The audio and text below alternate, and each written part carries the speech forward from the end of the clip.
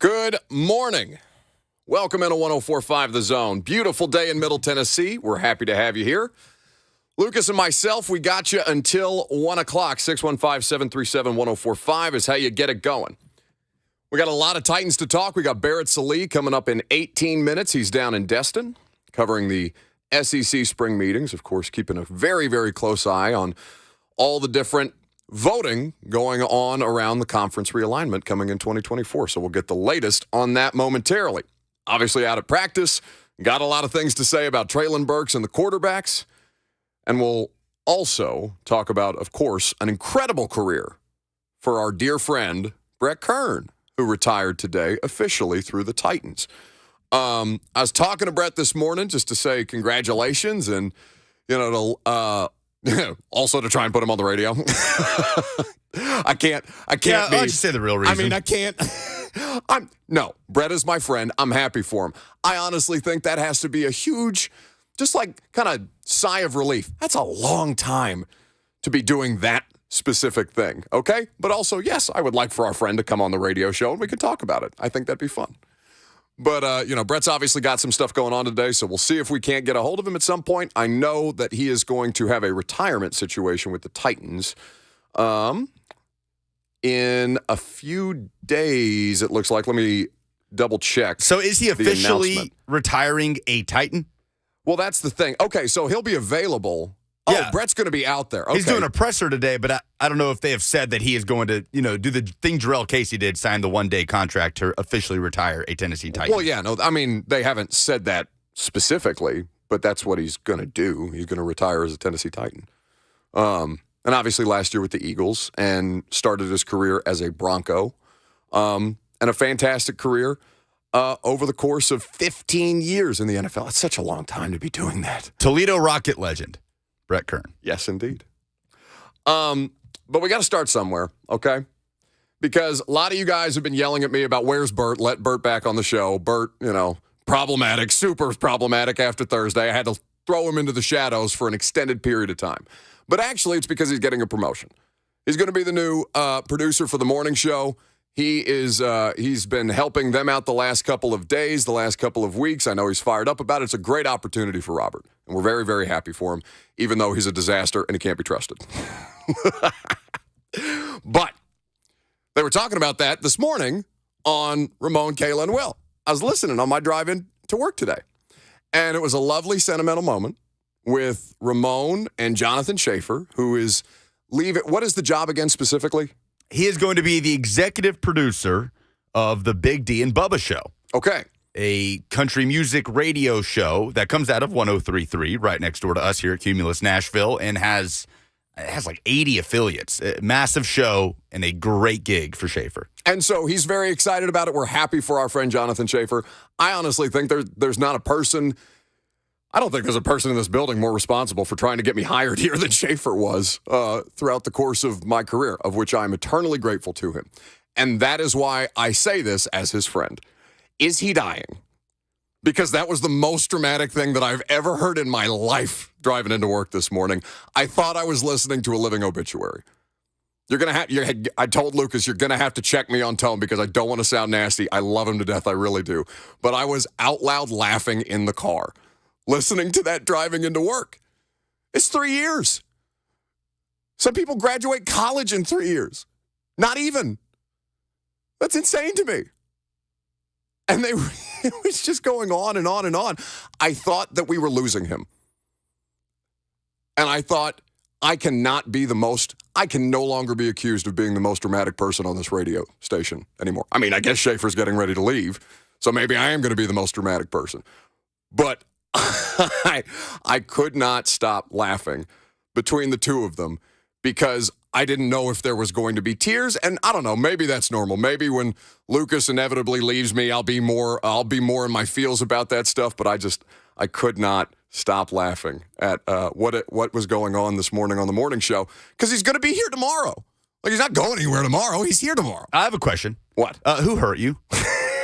Why is it that anytime somebody shows a semblance of humanity on this radio station, you have this defense mechanism to lash out? What does it say about me that's just my natural reaction? And by the way, today's his last day with Ramon. No, I heard that part. Right. I know. So that's why they were doing some of that today. And it's not just 3 years. You think you and I are going to do that whenever this blows up? You think you and I are going to sit? We're not even in the same room. We're just gonna, You're going to sit there and look at me through the glare of my ring lights and try and sentiment and emote. Get the bleep out of here. Go our separate ways. Yeah, it's gonna be Paul Walker and Vin Diesel just driving off separately. So Wait, who's Paul Walker in this situation? Oh, hopefully you.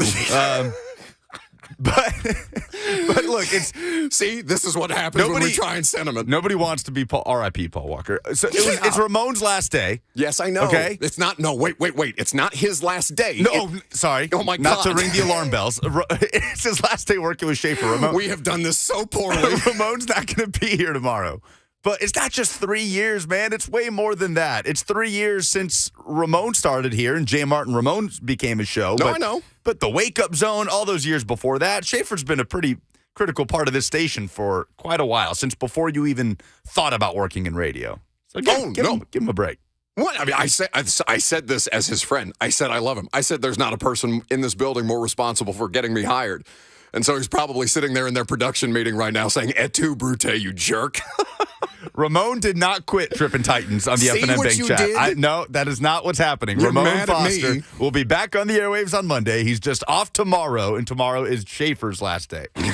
Eric says the show has gone down without Bert jump scaring Buck. We need it back ASAP. No, he's lost his fastball. That's really why we relegated. It's not a relegation. It's a promotion that he's getting. It's why we sent Bert to the morning show, because he doesn't scare me anymore. He tried to get me yesterday. You know what I did? I walked by him. I looked him in the eyes. I didn't say a word. He came in here trying to chirp at me about, I'm not here to jump scare you. It's okay. I just came to say hi. I said, I don't even think about you. I said, get out of here. You did. You pulled the Don Draper. That's right. I don't think about you at all. Don't even think about you at all. In the elevator. And he said that's the most hurtful thing anybody said to me. So that's how I was experiencing Jonathan Schaefer leaving the morning show. And we're very, very happy for him in his new endeavor. So I'll see him tomorrow when I come into work. What do you want to talk about with the Titans? Should we talk about Brett Kern?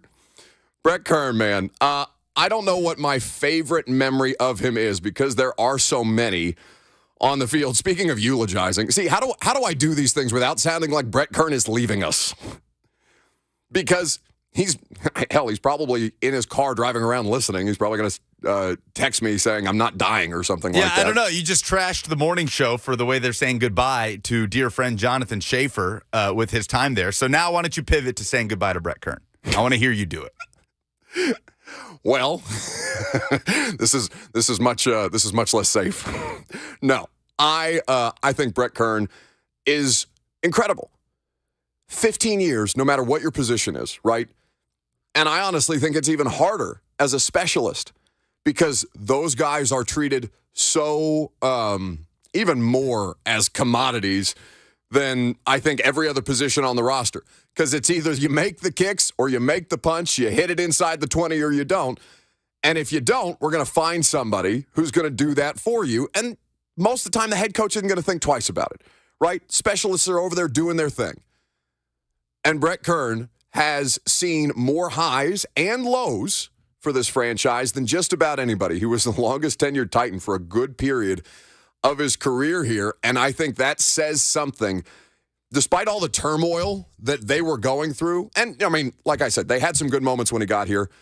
Obviously, he saw some of the worst moments of the Titans franchise, and then culminated in one of the better runs that they've had in their existence, going back to 2018, and really this last stretch of, we'll call it 5 or 6 years. He's been remarkable. And I had the opportunity to go to a Super Bowl last year. I know he wasn't the punter for the game, but I know that was a really, really unique experience that was afforded to him after he was released here. You understood why he was released here, right? Ryan Stonehouse is also incredible. They have extremely good luck, it would seem, or at least are very adept at identifying that kind of talent. And there's not that much singular talent out there like that.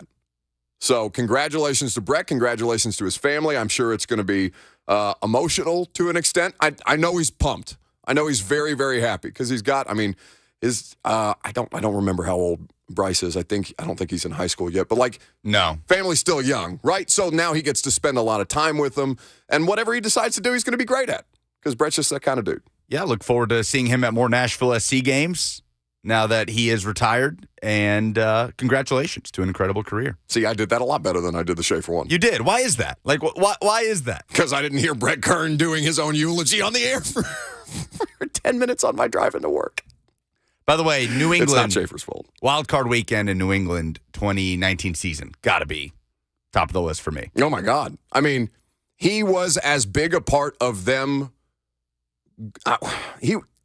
It's so hard to, like, meter out, who was most responsible for a level of success because it is the ultimate team sport. And that's why I think he was so important for them because he always held up his end of things. They've had to readjust Mike Vrabel has talked about that. They've had to readjust how they evaluate the specialists because Brett Kern was holding for the field goal kickers for so long, and now they're having to adapt with Stonehouse, and I think it's softened Mike a little bit on the field goal kickers. There's a lot of different effects that dude, and, we're just talking about on the field stuff. Like, he's an incredibly important part of the community. How many other punters, like McAfee is the only one that comes to mind, right? How many other punters are celebrated the way that Brett Kern was? He's on the banner on the damn stadium, and deservedly so. Twice. Bert's in the chat. Bleep him. I don't care Robert about Walsh him. in the F&M Bank chat says, Buck, jealous somebody else is getting attention. Oh, yeah. No, when I inevitably get fired or they don't renew my contract or something like that, you think Schaefer was dramatic? Yeah, you're going to be tuning in like, I can't wait to hear them talk about me and how great it was to work with me, and then be so upset when nobody says anything. No. See, unfortunately, it's a good thing and a bad thing. I rarely leave people without an opinion of me. Don't know what that says. So Bert is literally in the shadows. He's in the F&M Bank chat. And while the rest of you are not relegated to the shadows, you're welcome to join the show at any point. 615-737-1045. He's going to remain there until such time as I say otherwise. I'm Buck Rising. It's 1045 The Zone.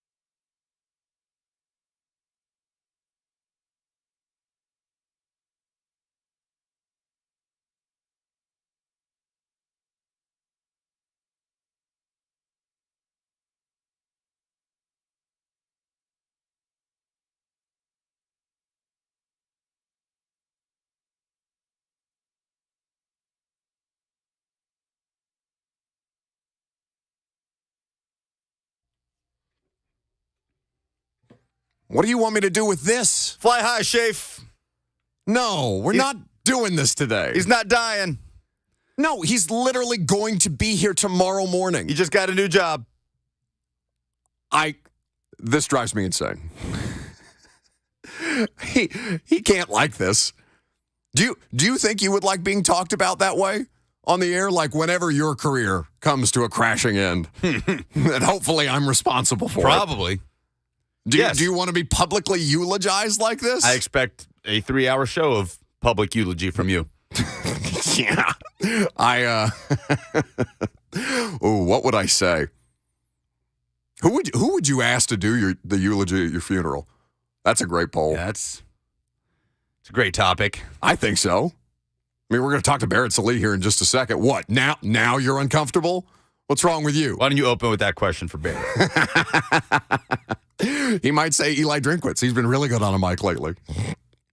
Barrett Sallee of CBS is going to join us here in just a moment. He's down in Destin, Florida. Of course, the SEC spring meetings going on at this point. And there's a lot of things going on in the world of college football. I'm fascinated to see what Barrett thinks of the situation and what he makes of the opinion that things might be trending towards that 8-game conference schedule that seems to make the least amount of sense. Now, his colleague at CBS Sports, Dennis Dodd, I was reading his column this morning, and that has been where the reporting is also leading. We talked to Doug Matthews about this, of course, on Tuesday. Coach Doug Matthews, who you can hear on Saturday mornings and Sunday mornings here on The Zone. But the SEC appears poised to stick with that 8-game league schedule amid ongoing concerns about things like payments, for example, the playoff, and all the different elements that factor into this decision. And how does that run? How does that run up against Greg Sankey, who has not taken a strong position on this publicly, but has seemed to be messaging around that 9-game conference schedule? The SEC seems to be trending towards 8. We'll get Barrett Sallee's opinion on this right now. CBS Sports is where you can, CBSSports.com is where you can read him and all of his colleagues, the great reporting that they do. Good morning, Barrett. Good morning. How are y'all? We're doing great. So what do we make of, do we think actually that the SEC is going to be able to accomplish anything regarding this 8 or 9 game schedule this weekend? Because I just don't see how the commissioner can be messaging one thing, the league be trending towards another, and not see some kind of deadlock coming to pass. I would imagine that something gets done just because, the SEC, they like to have that show in, I guess, September, where they reveal all of the different schedules. The only other time they'd meet would be at SEC Media Days. But generally speaking, every school's in and out, so you don't get all of them in one room. Now, granted, they can do all of this remotely, but they don't want to do all of this remotely. So I think they come to an agreement on Friday. There's going to be a lot of negotiating, there's no doubt, but I do think it'll get done, and it needs to get done. And there's going to be some disappointment, there's no doubt, but not everybody can get their way. This is political, and that's how politics are these days. At Barrett Sallee is where you can follow him on Twitter. So with that being said, because people want you to separate politics and sports, and you understand why, but these kind of things are inherently political when you consider the different actors who are involved. So I guess what is at the crux of the argument for the conference, who seems to be trending towards that 8-game conference schedule? Well, to me, and I think what I've been told is that the problem in and of itself is that the 9-game schedule, there's some inequity with the 3 permanent rivals. And you heard Nick Saban say this, I think it was in March, that he was upset that he's going to get Auburn, Tennessee, and LSU. And so I think that's the problem, and that's where Alabama has dug its heels in, because Nick Saban has been long for a 9-game conference schedule, only Power 5 opponents, all that stuff. But he's trying to negotiate now too. He's taking a step back from that as well. So, to me, I think it's all sort of posturing. ultimately to get what each school wants. And I think the compromise, and I think we'll hear more about this if it does, go to 9 tomorrow, is going to be, okay, you have one permanent and then the two are just drawn out of a hat, or you have two permanents and then the third permanent is just drawn out of a hat. I think ultimately what needs to happen and what the conference thinks will happen is that you will not have a situation where you have remnants of the divisions still in play. Because, does Mississippi State really need to play Arkansas every single year? No, of course not. Does Kentucky absolutely have to play South Carolina? No, of course not. So I think what the real problem is that these ADs and these presidents are fighting each other on whether or not those third tier or even just former division matchups stay in play. And ultimately, I think those decisions will be made tomorrow morning. If you're familiar with what goes on in Destin, today is the golf day, so nothing will happen today. Barrett Sallee here with us on 104.5 The Zone. So going back to Nick Saban, because obviously when you're in the public light that way, you're going to be scrutinized. Nick Saban, it's not the first time that Nick Saban has been criticized, certainly in his career. Is he not allowed to change his opinion based on new information that's becoming available to him? I guess, how is that being viewed among industry people rather than how we're seeing fans, for example, react to statements? Well, I think for industry people, and I think this as well, it's wow, Nick Saban really does think, and in most cases does, shape the conversation. And I think he knows that. He never makes statements, either publicly or privately, without an agenda. And that's not a criticism. That's actually a compliment. To be able to wield that power and know it and do it strategically is something that not many people have. So if you've raised yourself to that level, you might as well use it. So, I don't think that any of us, anybody out there, are of the opinion that Nick Saban just changed his opinion because suddenly after 10 years, he realized 8's the right way to go about it. I think when those comments were made or reported, I guess I should say, last week, the thought was that, he's posturing to get what he wants. He's playing the political game, because there's no doubt that he still stands behind his stance of 9 conference games. And he said that too. Like, he said that in, last spring, when, that decision was just sort of punted until 2023. So I don't think anybody views Saban's comments as, him changing his mind after 10 years. It's just him playing the political game. The lack of clarity around ESPN specific to these negotiations and whether or not they are willing to pay, because they're not contractually required to, pay for a total of 8 extra games in 2024 once Texas and Oklahoma join the league. How have we gotten this far, I guess, with that lack of clarity? ESPN, I think, is in a situation where it can make those demands, and they're using it as well. I think what ESPN really is looking for is at least some concession, which honestly, when that stuff started coming out, I'm surprised ESPN and the SEC didn't have that in the contract already. Right. And because a lot of times they do, in other conference agreements with television partners. So I was kind of surprised at that as well. So I think that a lot of it has to do with the fact that Disney's losing subscribers, that people are going over the top, that ESPN itself has reportedly been looking at doing a completely over-the-top service and have nothing to do with DirecTV and cable systems. So I think that's sort of the genesis of where ESPN stands. And the contract's already made, right? They're not going to cut the contract up. So I think the financial aspect of ESPN/Disney is at play here, and they're going to try to get out of this as financially stable as possible. And I think where that is, the actual sort of financial, the dollar value where that is, I'm sure ESPN has a ballpark in mind, and they just haven't gotten to that point. But they'll get there. I mean, there's no doubt that they'll get there. And if it stays as an eight-game schedule, I think you can look at, everybody surrounding the conference as kind of failing in what benefits the conference. And I think Greg Sankey knows that too. Barrett Sallee here with us on 104.5 The Zone. You can catch him on CBS Sports. He's on CBS Sports HQ. He's on Sirius XM. The man does it all. So this is going to be a naive question, I imagine. But how much consideration is being given to the fan in all of these discussions, right? Because I think we are obviously in SEC country, in the state of Tennessee.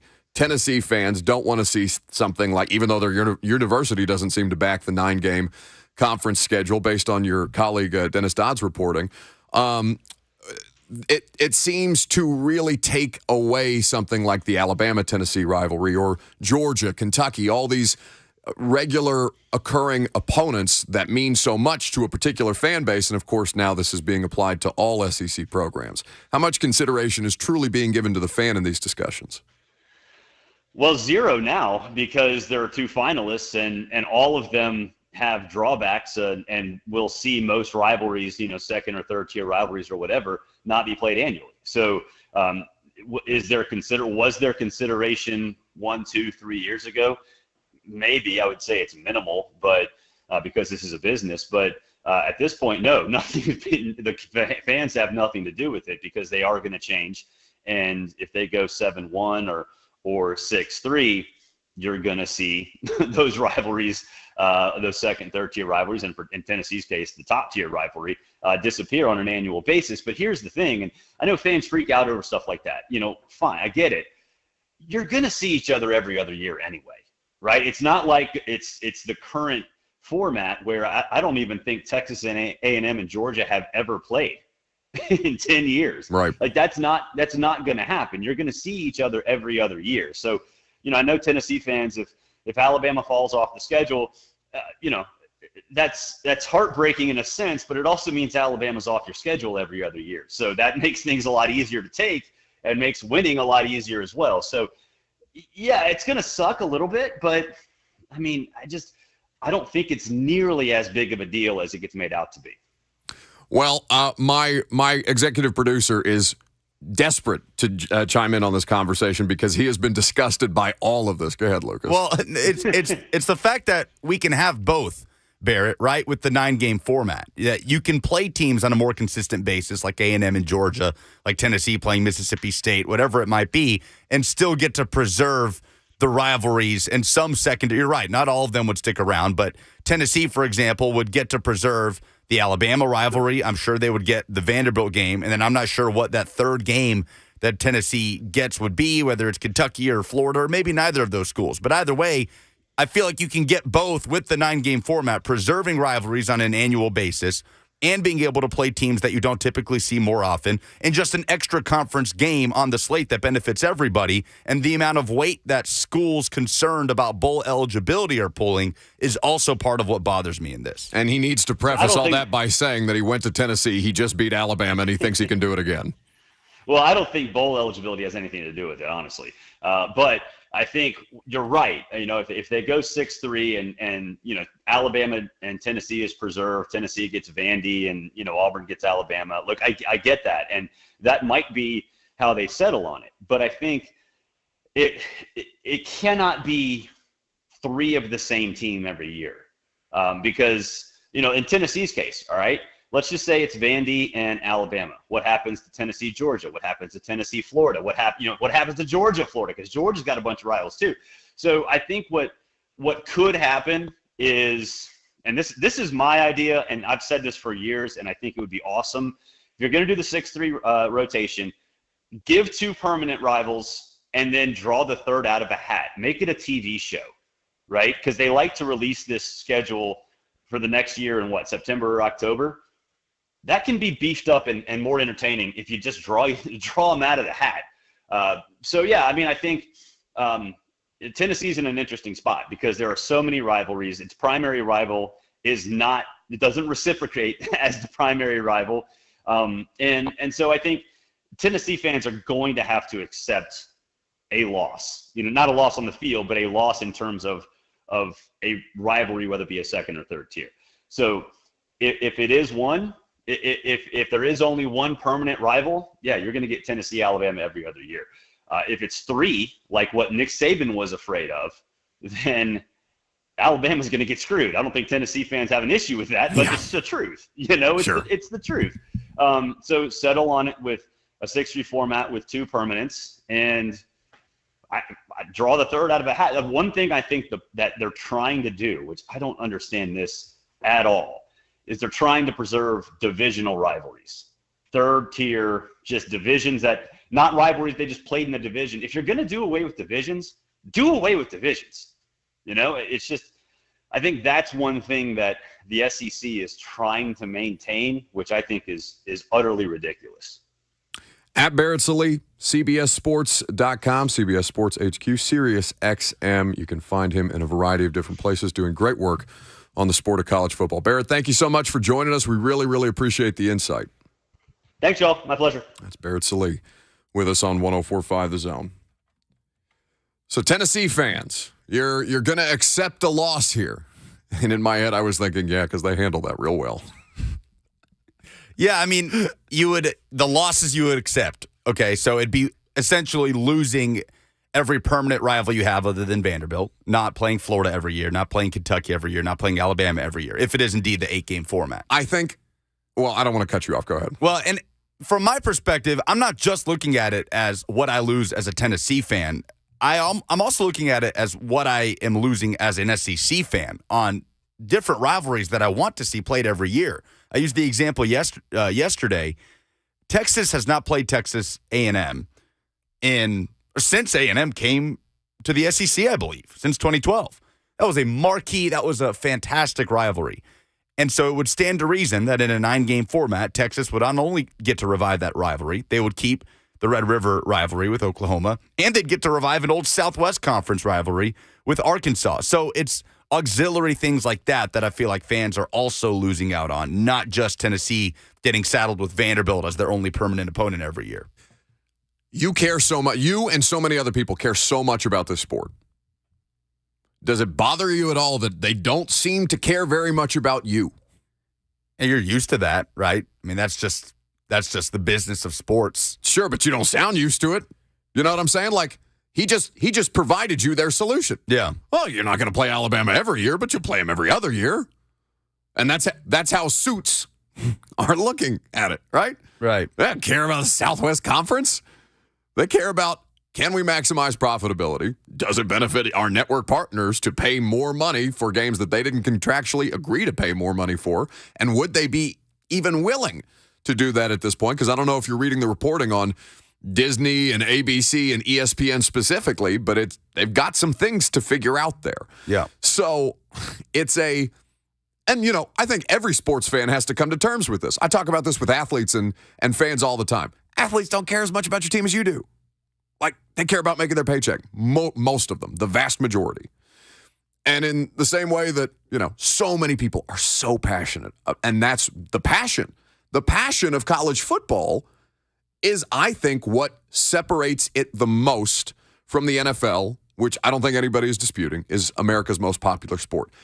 There are not many places that you can recreate an atmosphere at Neyland Stadium when Tennessee is playing Florida on a Saturday afternoon, a 3:30 kickoff on, no longer CBS, but you can't find that really in the NFL. Not only because the crowd sizes are markedly smaller, the stadiums are markedly smaller, but there's just not that level of attachment, that level of, maybe the Packers could make that argument because it's a 100-year-old franchise, the Bears too.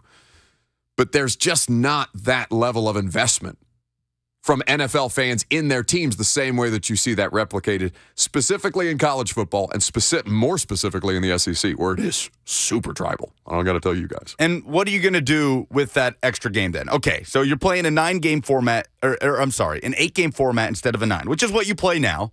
Tennessee plays Austin Peay and UConn this year, right? Every school is going to have their homecoming opponent and that other bye game, The right? things I would do to not have to watch Tennessee, Austin Peay Right. this year. So we'll continue on playing 2 FCS, bottom tier group of 5 program, 2 of those every year instead of replacing one of those with another conference game. In Alabama, I understand why Alabama, from their perspective, would say, well, if we're going to move to a new format, we'd rather not keep playing LSU, Auburn, and Tennessee every year. But you're already playing LSU, Auburn, and Tennessee every year. And the SEC West has been the stronger division over a long period of time here in the last 10 to 20 years. So Alabama's strength of schedule has already been pretty damn high, as has Tennessee's and Auburn's as the only schools to have to play both Bama and Georgia each and every year. So I understand Alabama saying that they're getting screwed in this because they're not getting that out. But you've also already been doing this, and you haven't had any problems winning championships while playing Alabama or while playing LSU, Tennessee, and Auburn every year. 615-737-1045 is how you join the conversation. We are going to talk about this, obviously, throughout the course of the next several days. We'll see if there's any news coming out of SEC meetings tomorrow. As Barrett said, today is the golf day. There's not a lot getting done in Destin specifically today, but we'd be happy to hear your thoughts on what's happening in this conference realignment situation. 615-737-1045. I'm Buck Rising. It's 1045 The Zone.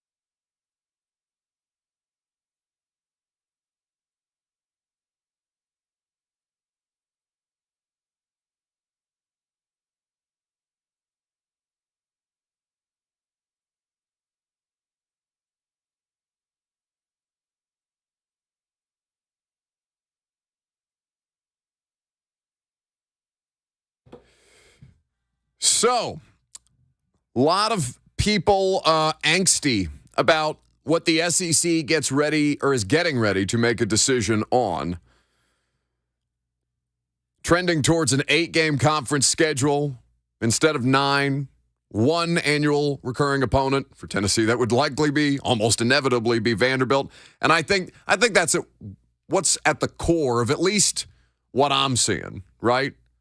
It's that of all the possible options that you could have landed on, and again, I'm sure it sounds like a slight to Vanderbilt. I don't mean it to be, even though it's just it's the least favorite of your rivalries. If you're a Vols fan, Florida, Georgia, Alabama. I mean, Alabama might have been your least favorite for the longest period of time. Most psychologically damaging, yeah. You are not that far removed, my friend, from taking vacations out of the country on Alabama week. Yes, I made a yearly tradition out of it. Mental health is important. That's what I hear. But with this, I think that's really, from Vols fans, what's at the core of it, right? It's that of all the great rivalries that you have, the one that you're going to end up with in this situation, and it sounds like almost inevitably, is Vanderbilt. And you'll have the other ones every other year, and you'll be able to play the teams that you are accustomed to playing, and they'll still talk about the history of those games on the broadcast, and maybe it feels, I mean, hell, it may even be a little more special. I don't know, because you're reducing the inventory of it.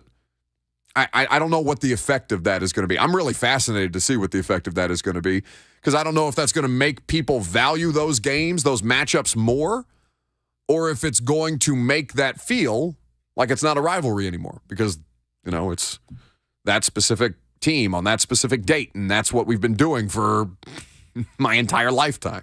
In most people's cases. Tennessee, Florida will be an interesting case study of this, because Tennessee, Florida was not a high-profile SEC rivalry until the SEC established divisions in 1992. Tennessee and Florida happened to be the two best teams in the SEC East for the entirety of the 90s, and those battles between Steve Spurrier and Philip Fulmer every year during the 90s made that one of the best rivalries in college football. Tennessee versus Florida. Both national championship contenders throughout the 90s, the early 2000s, and that rivalry has become one of Tennessee's most heated. Yeah. Tennessee fans, many would probably say they hate Florida just as much, if not just a little less than Alabama. Sitting in Neyland, close to a section of loud Florida fans, yeah, I can confirm that I don't think anybody was more hated. A lot of hate in that moment. Well, and Florida was obviously keeping it close. Shout out to Anthony Richardson. And that wasn't the case before 1992. Right. You know who Tennessee fans really hated before 1992? Auburn, who they played every year. It was a fantastic rivalry, and it kind of dissipated. There's not that tension between Tennessee and Auburn anymore. It's really just, your friends' parents and grandparents that talk about how much they hate Auburn. Growing up, for me, as a Tennessee fan, not having a dog in fight. Yeah, Auburn, I don't have that hatred for them. We play them every, 8-7 years? No, other than I like to see Don Davenport's teams lose. So it'll be interesting with Florida, and it won't be that. The whole point of this is to avoid those giant 7, 8, 9-year gaps without playing a team. Right. So you'll still be playing Florida every couple of years, but it'll be really interesting to see what kind of impact it has on just the heated tension of that Tennessee-Florida rivalry that has maintained, even though Florida has dominated it for years. They won 11 in a row. Tennessee snapped the streak, and then Florida won a few more. Tennessee won again last year, but that hate has remained each and every year. Be interesting to see what happens with that. 615-737-1045 is the number. Jimmy in Franklin is next. Hey, Jimmy. Hey, how's it going? Going great. Good. I think I'm a pretty level-headed Tennessee fan, and if it has to be Alabama every other year, I think that would, we would all get used to it, right? As you guys were talking about, Auburn used to be, when I was in school in the 80s, Auburn was a big rival of ours. Florida became more of a rival, what Lucas said, after in the 90s. But why does it have to be Vanderbilt? I mean, just because we're in the same state, I don't consider Vanderbilt necessarily a rival of Tennessee's. I mean, we play them, yeah, but as a Tennessee fan, I don't consider them a rival at all. And I guess who makes that decision on what's going to be our annual, that we're going to play Vanderbilt every year. Why wouldn't it be Kentucky plays Vanderbilt every Right. year? I feel like they're rivals. So I just don't understand why it would have to be Vanderbilt. It is a good question, right? And I don't have access to the meeting rooms where that is decided, but because I can't imagine ESPN, for example, because what immediately came to my mind when Jimmy brought that up is, well, it's because there's a whole marketing campaign around rivalry week. That's always when Tennessee, Alabama play. That's always when Tennessee and Vanderbilt play. That's always when Alabama and Auburn play. Like, that is their whole marketing campaign. Kentucky and Louisville, whatever. But I can't imagine that ESPN is looking around at rivalry week when they're going to do big numbers because everybody's, most people are at home in the house watching football at that time of the year. I can't imagine that network executives decided, you know what? No, they have to keep Vanderbilt. Right. And I guess I haven't seen it written anywhere in stone. It would be Vanderbilt. It would. And Barrett alluded to this. Tennessee is in an interesting position with its rivalries where, Tennessee fans hate Alabama, hate Florida, probably more than any other program. We'll say Alabama, Florida, Kentucky, a variation of those three. Alabama fans certainly hate Tennessee. Some hate Tennessee more than they hate Auburn because Tennessee's given them more problems over Auburn when they were growing up, whatever it might be. But there's no question Alabama's number one rival is Auburn. If you're going to give Alabama a permanent opponent, it has to be the Iron Bowl. Florida's number one rival, probably Florida State, but in conference, Georgia. You're going to keep the world's largest outdoor cocktail party. With Kentucky, that's an interesting conversation. I don't know who Kentucky would keep with a one permanent opponent in the SEC, but you're not going to break up that in-state rivalry between Tennessee and Vanderbilt for Tennessee-Kentucky, even though Tennessee-Kentucky definitely has more juice than Tennessee-Vanderbilt as a rivalry, but it's in-state. It does if you're a Tennessee fan. There is more history. There is more history between Tennessee and Vanderbilt going back to the early 1900s. Tennessee hired Robert Neyland to beat Vanderbilt, right? You can go through all the history books. So that's why. It's just this weird spot Tennessee is in with these rivalries. Well, and like you said, made weirder, but what do you do with Kentucky? What do you do with South Carolina, whose rivalry week opponent is Clemson?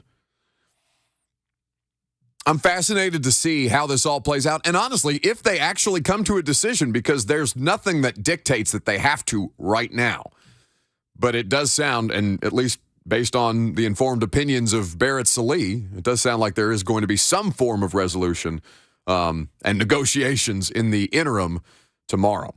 We'll get more of your phone calls on this coming up next. We also have some stuff from OTAs to talk about. Brett Kern obviously retired today. A lot of stuff going on the show. 615-737-1045. I'm Buck Rising. It's 1045 The Zone.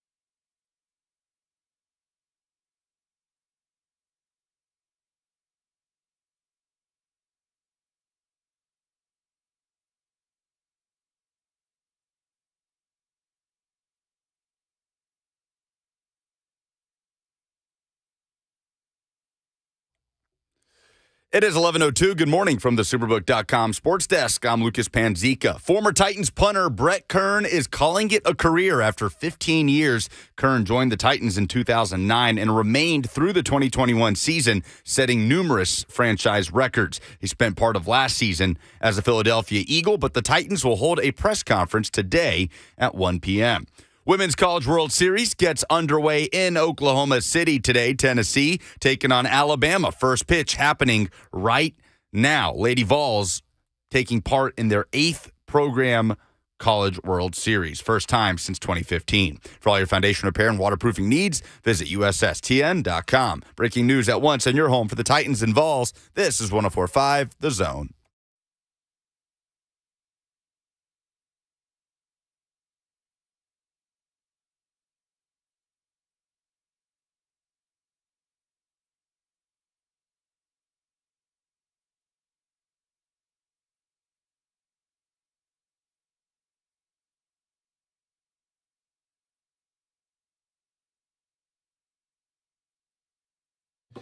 Second down on this Thursday. What's happening?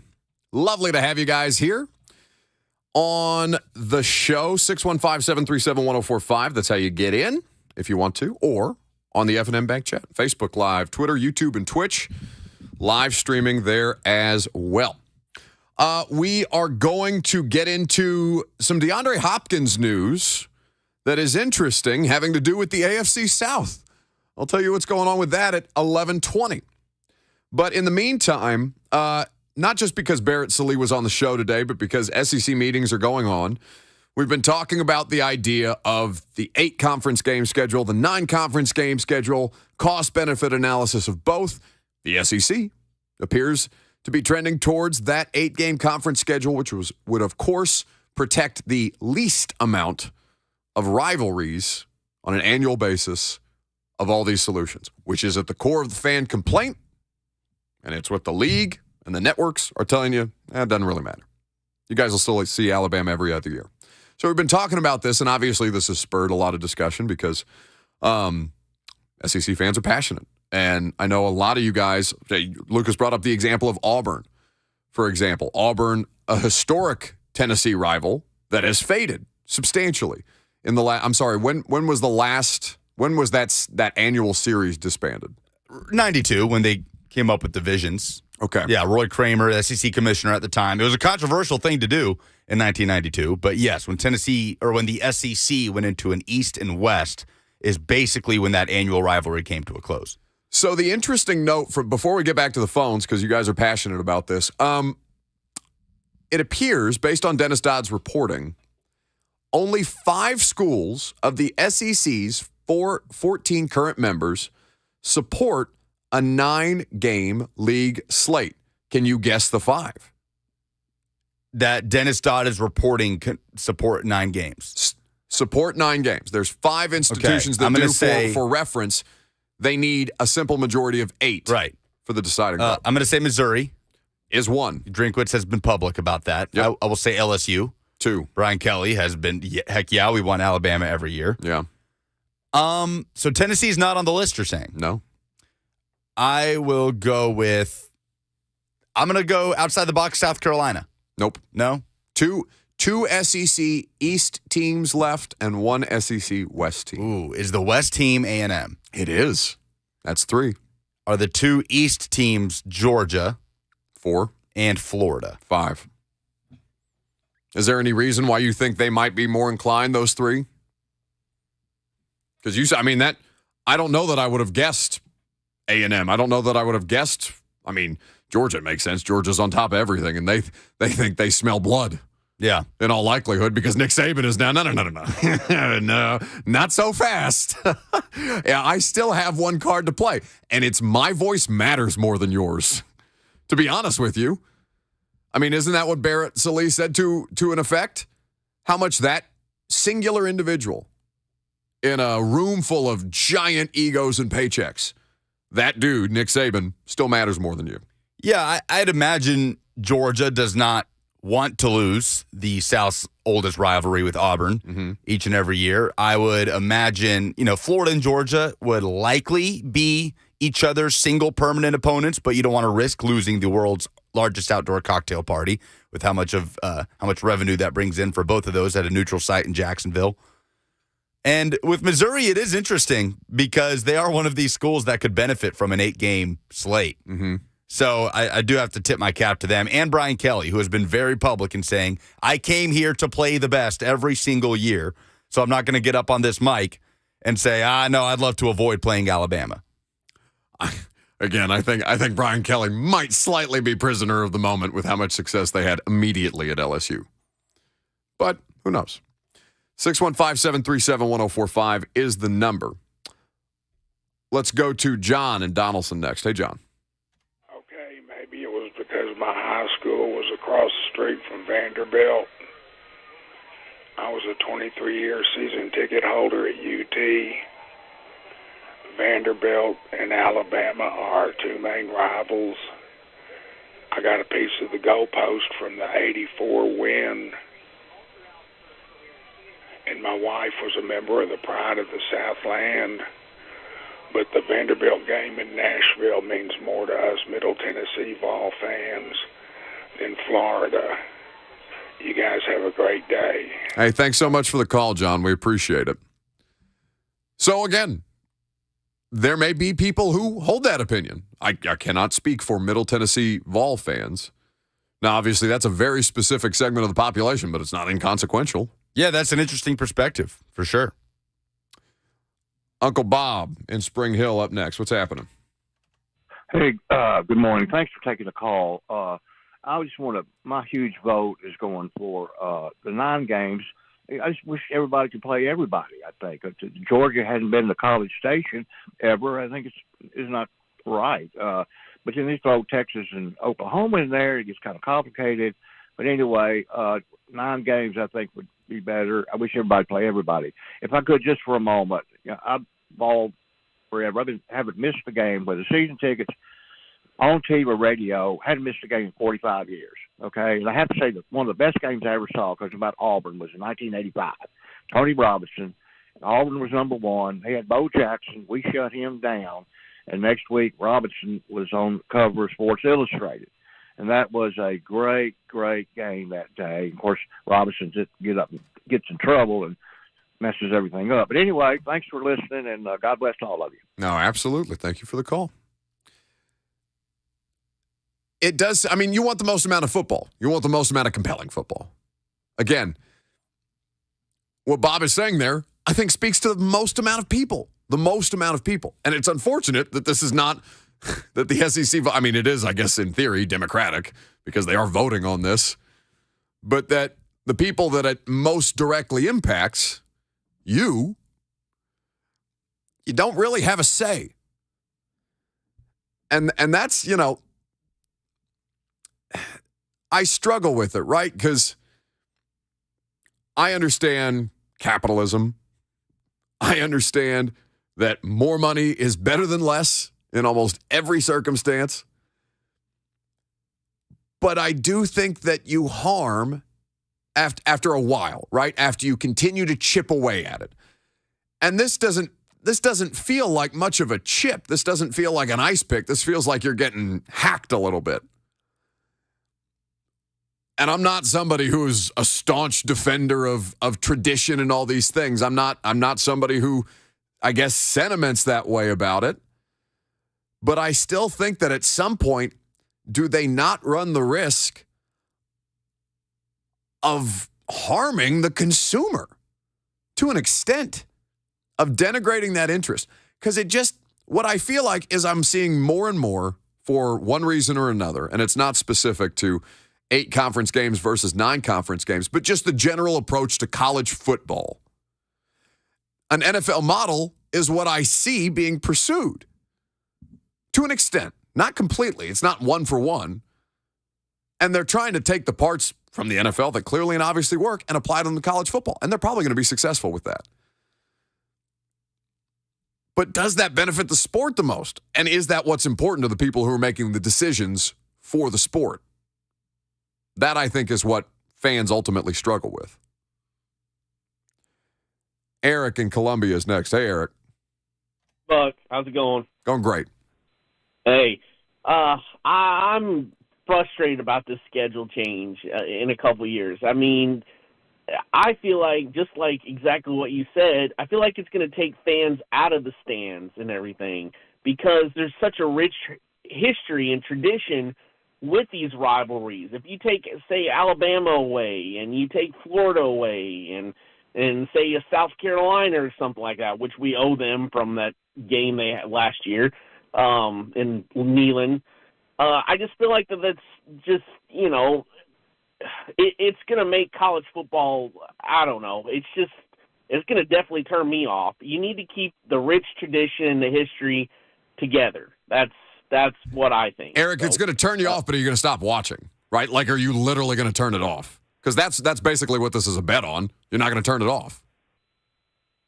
No, I'm not, but, right. I mean, it's just, I like watching Alabama. I like having and Tennessee battle it. I like watching Florida and Tennessee battle. I mean, that's a big thing why I tune into college football.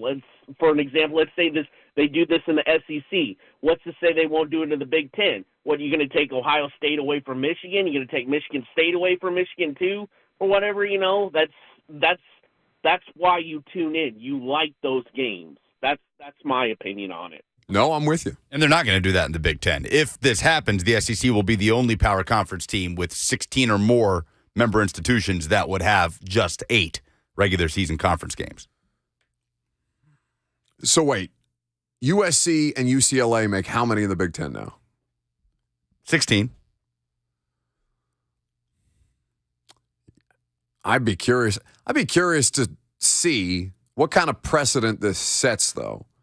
If any precedent is applicable, because obviously, I mean, it's not, that's a much, much further down the road thing, because obviously the Big Ten and, well, I say that the Big Ten has done their media deal, but apparently that wasn't finalized. So I don't know what to make of that situation right now and all the loose ends that apparently Kevin Warren left on the way out the door to go become, is he the president of the Bears? Yep. Smart guy. He got out. Take James in Ashland City before we got to move on to some Titan stuff. Hey, James. Hey, guys, I just want to first say I'm not one of these fans that's in favor of Oklahoma, Texas coming into the league. To me, 16 teams in one league is just way too many. We're heading towards super conferences and maybe no conferences at all. For me, I don't understand, and maybe you can help me explain this. How does going to 9 games, SEC games, even with Texas and Oklahoma in the division, how does that keep Tennessee from not playing Alabama every year and Georgia from playing Auburn every year? I'm old enough to remember when the SEC split in '92 to 2 divisions, and we lost the Auburn rivalry. That was big for Tennessee back then. But how is 9 games going to mean that you're not going to get to play Alabama every year? I'm a little confused with that. Well, it doesn't. 8 games would mean that you're not playing Alabama every year. Yeah, because and let me just reset quickly before we move on. Under the 8-game structure, it is almost assured that your recurring annual opponent would be Vanderbilt. Under the 9-game structure, we do not know who specifically their set opponents would be. It may not be Alabama. It might be Alabama. It probably would be Alabama. Vanderbilt and Alabama are most likely, I think, in that scenario. Then you could make the argument for Florida, Georgia, Kentucky, or, I mean, I don't know who they might throw in there as the third. I truly don't. Because we don't have any kind of definite answer on this, I don't want to speculate. But the 9-game structure would mean preserving more of those and increase your percentage chance of keeping that Alabama rivalry on an annual basis. And for what it's worth, Texas Athletic Director Chris Del Conte has voiced support for the 9-game format. They're in Destin. They have a voice this week. They do not officially have a vote until they are officially a member of the conference. I understand what you're saying about they have a voice, and Texas is not a small voice. Oh, it doesn't mean anything right now. Yeah. It just doesn't mean anything until they have the vote. We'll have no impact on what happens tomorrow. Yeah. Texas and Oklahoma can't change things about this. Anyway, Titans and DeAndre Hopkins. There's news. It has to do with DeAndre Hopkins in the AFC South. It's going to make you mad. I'm going to tell you what's going on coming up next.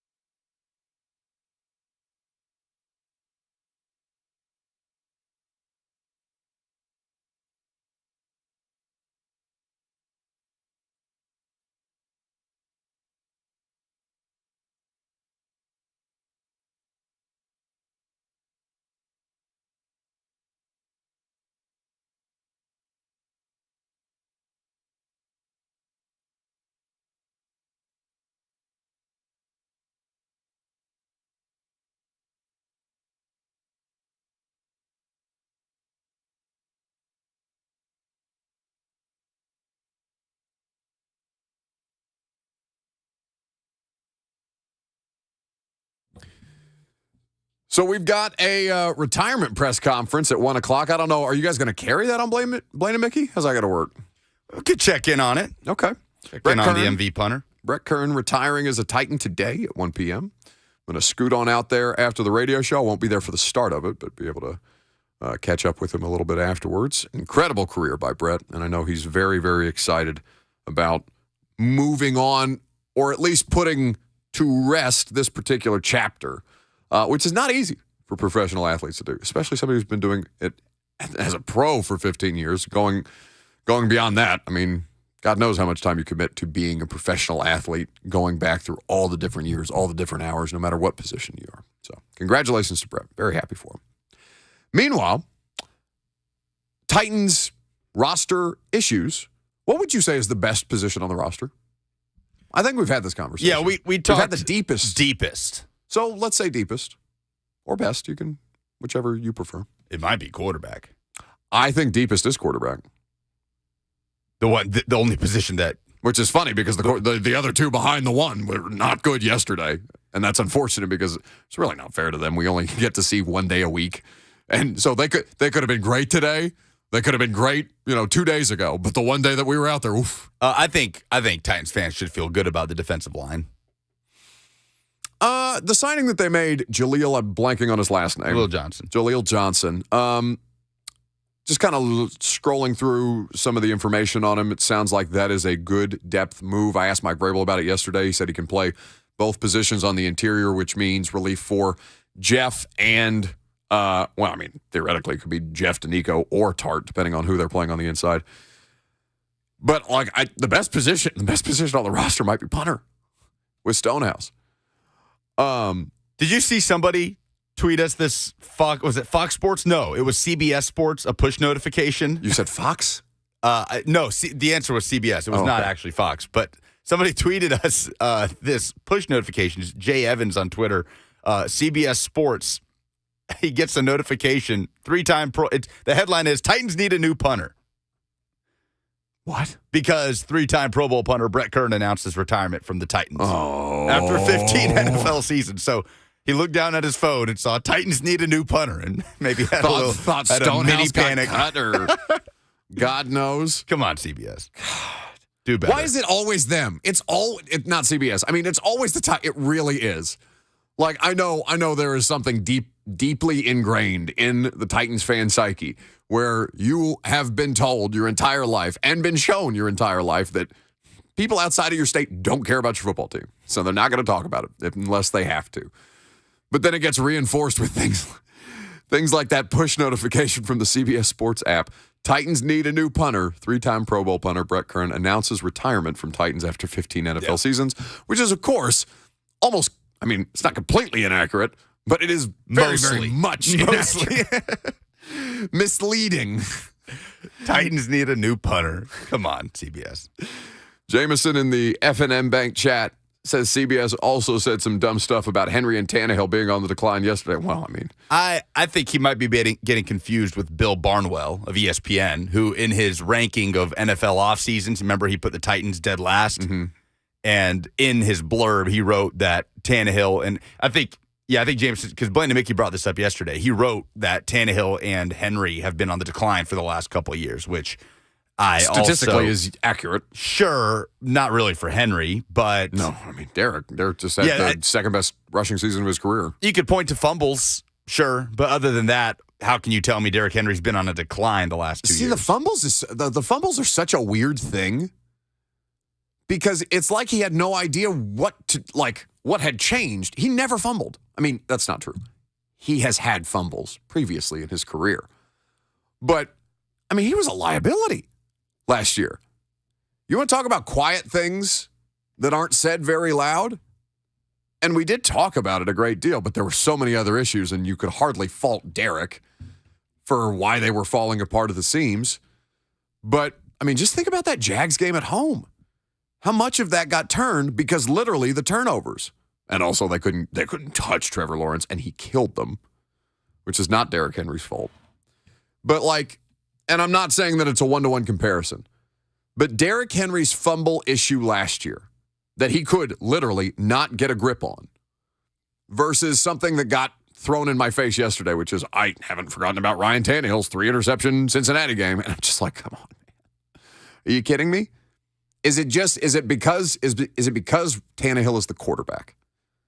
And because while Derrick is cited as the most important piece on the offense, or most often cited as the most important piece of the offense, which we'll talk about later, does Derrick, get less heat when he screws up because he's not the quarterback? He did. Did he directly cost them games last year? Derrick Henry? Yes. I think you could probably point to the Jacksonville game at Nissan Stadium where the Titans are rolling. He had 96 yards in the first quarter, and then the fumble flipped things to where the Jags dominated the middle 8 of the game. There was not a more important play in that game than that fumble that was lost.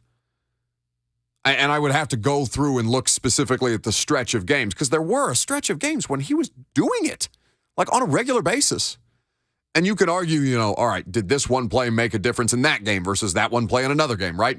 But I can consequentially cite that game as a game that he cost them. But when this offense was afloat throughout last season, which wasn't very often, it was typically because of Henry. Right.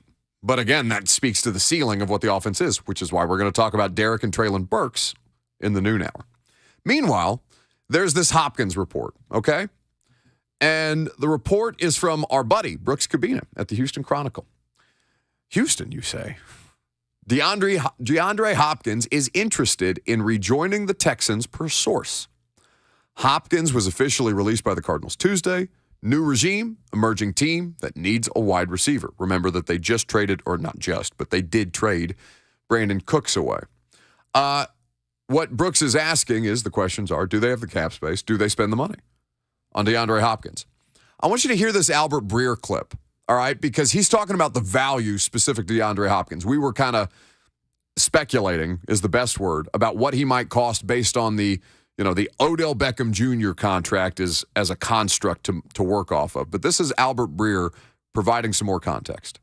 All right, so I thought I'd give you guys a little bit of an explanation of the DeAndre Hopkins situation, because something that I wrote got out there, chopped up a little bit, and it was actually written that I had reported that DeAndre Hopkins can't run anymore or he can't separate anymore, which wasn't the entirety of what I said. Those criticisms have always been there with Hopkins.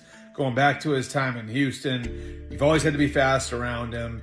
He's never been a great separator. The question is whether or not he's still good enough. He can still do those things at a good enough level to merit a lot of money. What we know right now is no NFL team is willing to bring him in at almost $20 million a year, which is what he was due on his Cardinals contract. If someone had been willing to do that, the Cardinals would have been able to flip him for a draft pick, even if it was a low draft pick. That didn't happen. He's now in the free agent market as a result.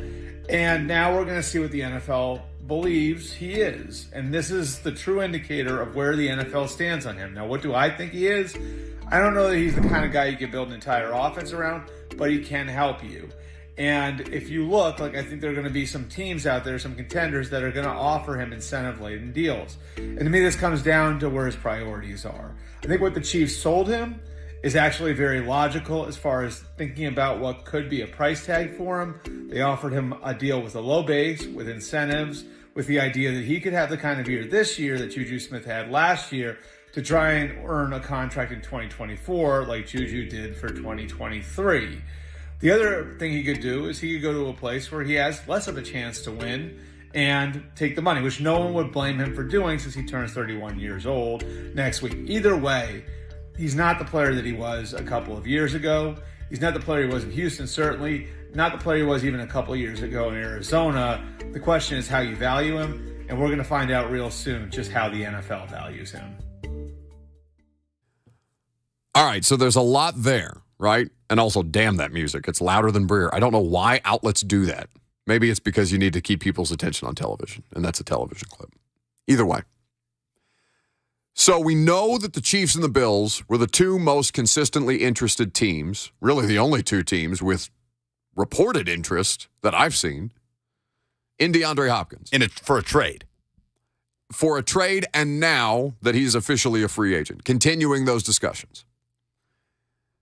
They also, both, are in the bottom 5 of teams with available cap space. So Breer cited there the Juju Smith-Schuster contract as an example of the Chiefs' pitch to DeAndre Hopkins.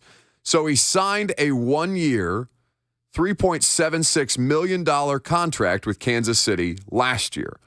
Very low value, but again, incentives. His incentives for that contract and his incentives for his New England contract are a lot different at this stage because what he had certain roster bonuses. He had certain incentives for catches. So the value of that $3.76 million contract, it looks super, super cost effective, and it was super cost effective. They just went about paying him in a different way.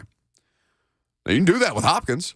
Is that going to vibe with Hopkins? Apparently not, because he's considering Houston. And you know who has, I mean, they don't have a ton of money, but they've got money. Isn't that what the reporting has been all along? He doesn't care the most about winning. Like, that's not what's the top priority for him. And by the way, that's not an indictment. That just means he's 31 years old and he wants another multi-million-dollar payday. Who wouldn't?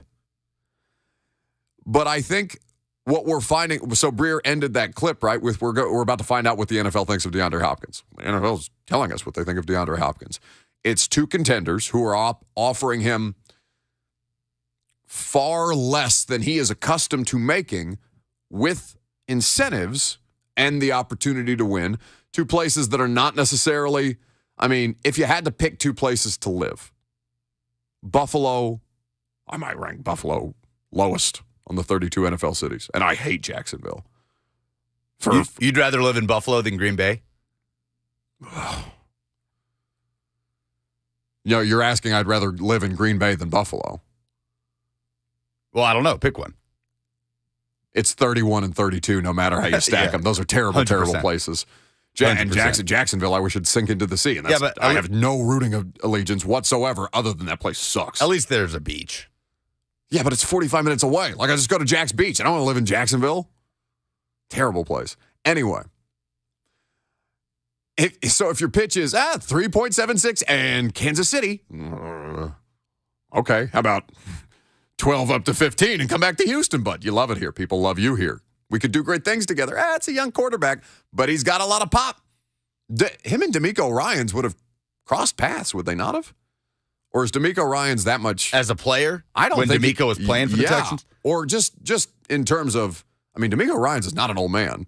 He's not that far removed from playing. He's really not. He was drafted in 2006, and his playing career ended in 2015 in Philly. But so he is older than I thought he was. His Texans career ended in 2011. And Hopkins wasn't drafted to Houston until 14? Hopkins. 13 or 14? 13. 13. Out of what school? So, okay. Clemson. Yeah. I remember him and Sammy Watkins at Clemson. They were nasty. So good. Yeah, no, Hopkins was a Houston Texan in 2013. They just missed each other. What, do you think I wouldn't know that? Yeah. It's one of the most famous wide receivers in the sport. I do know. I cover the NFL. It's not just because I don't pay attention to everything that goes on in college football doesn't mean I don't know the players in this league. Where'd Odell Beckham go? LSU. Okay. Bleep yourself. All right. Bam in Nashville. Where'd Devontae Adams go? It's not Nevada. Him and Derek Carr went to school together. New Mexico? Fresno State. I knew it was somewhere out there. All right, you got me. Bam. Hello, kids. Yeah, I know. Hey, I've been waiting to say that all day. Good morning, Buck. How you doing, brother? I'm great, buddy. All right, so look, I hear what you say about D-Hop and Houston. But to me, all right, don't that go against what he said that he wanted as far as, like, management? And we know they've been a bleep show when it comes to, like, management as far as how the coaches have been these last – you know what I'm saying? He wants a stable organization, and Houston has been far from stable. So why would he go back to a situation that would, hey, if the money's there, I get it. You know what I'm saying? No, you just answered your own question. Yeah, but I'm saying, like, for him, it's almost kind of like that's counterproductive, to be honest. It's counterproductive because Houston ain't going to be competing for no ring. No, but Bam, what I'm saying is he doesn't, like, that doesn't seem to bother him. You know what I'm saying? Like, yeah, I get it. It's I know that's kind of hard to wrap your head around to an extent. I completely understand that. It took me several years of covering professional athletes to understand, most of you treat this like a job. I think for Hopkins, yeah, they haven't been managed well. DeAndre Hopkins would probably know more about that than anybody. You remember how dysfunctional his exit from there was? Where it was revolving around, again, it was, and it's, when I say a domestic situation, understand the difference between a domestic situation and domestic violence. I do think people tend to not discern. There was a domestic situation going on in DeAndre Hopkins' life that reportedly Bill O'Brien was not a fan of. It caused some kind of conflict. That was what was being reported in the media. And whether or not that was what got DeAndre Hopkins traded, we don't know that. There was a lot of drama. There was stuff going on. There was a TMZ element to the Texans. There has been. The McNair comments on inmates running the asylum was extremely controversial. Well, I don't even think it was inmates running the asylum. I think he said something much, much more racially charged about, like, inmates running the prison about the players. I can't remember what it was exactly. I think there's a big difference there. He was right in the middle of all that. So, but is whatever dollar figure he wants enough to overcome that history? And remember, he said on the I Am Athlete podcast, he's past the point in his career of working and bringing along a young quarterback. C.J. Stroud is in Houston this year, probably starting. We don't know for sure, but probably. So is the money going to be enough to let him move past that as well? If it's the only real, I mean, $3.6 million is not, and that's what Juju's deal was last year. So I don't know that that's what the figure is. It might be more. You want me to read you the Bob McNair quote? It's pretty bad. So this was during the anthem protests. Quote, "We can't have the inmates running the prison." What? That's not that long ago. Phrasing, Bob. How? Not great, Bob. All kickoff time's next.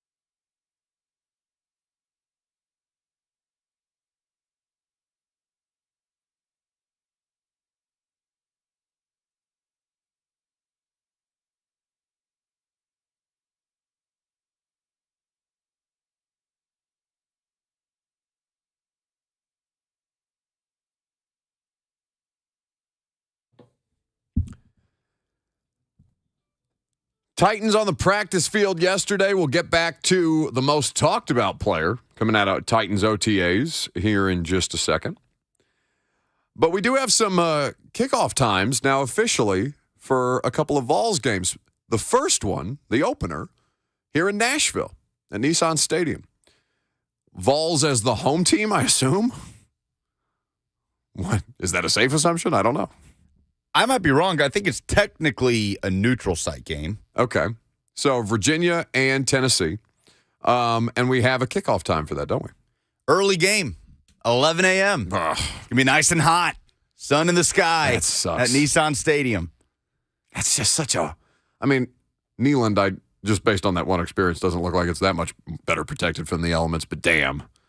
Nissan is such a brutal place, basically until like mid-October. If you're sitting, especially on the East Bank side, like I don't know how people do it over there. You're just on fire the entire time, just sitting in a puddle of sweat. Either way, I guess maybe you're not sitting. I don't know. They announced kickoff times for several games, weeks 1 through 3 in the college football season. So Tennessee, Virginia, definitely going to draw the best number of that slate, of that 11 a.m. slate. I mean, you're going up against, the likes of Utah State, Iowa, Ball State, Kentucky. I know what Robert Walsh will be watching. I don't care. But Purdue and Fresno State. So Tennessee, Virginia is the only matchup of Power 5 teams happening at that. Or no, Colorado plays TCU at 11 a.m. That's going to be a banger. That'll draw a big number. That's going to do I might a huge take that back. number. Yeah.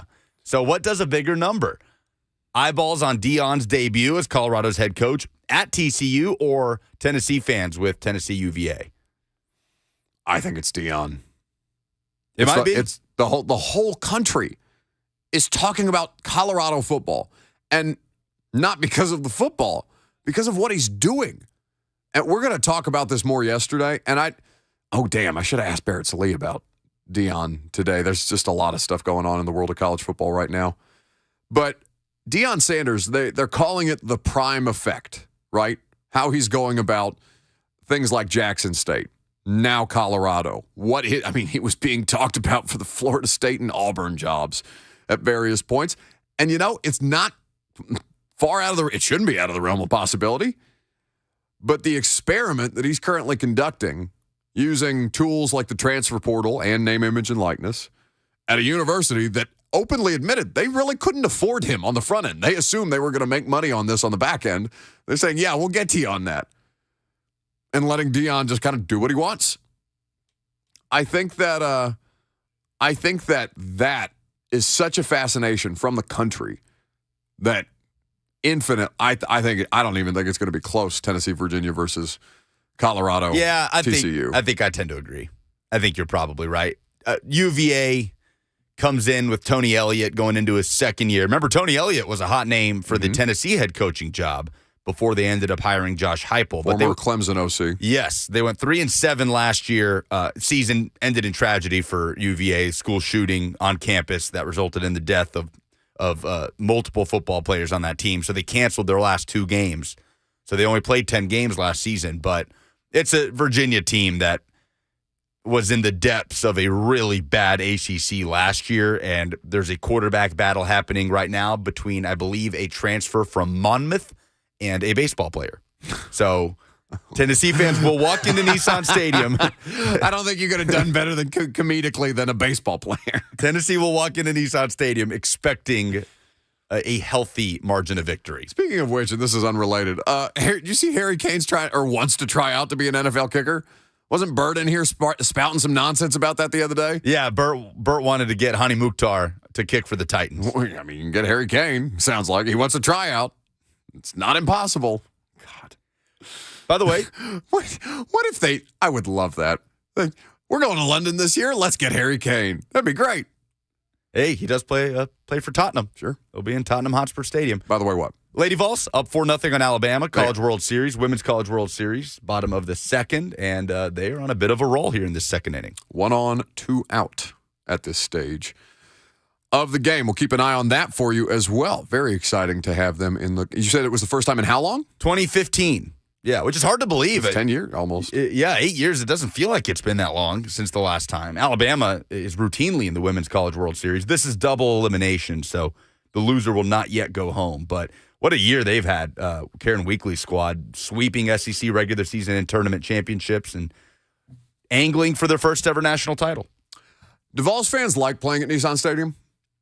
Because I assume, like watching Tennessee games at Nissan Stadium? Going to Nissan Stadium, whether you're coming to Nashville for a weekend or you're in Middle Tennessee anyway, having the Vols at Nissan Stadium, it's a smaller building. Obviously, it's not the historic thing that Neyland is.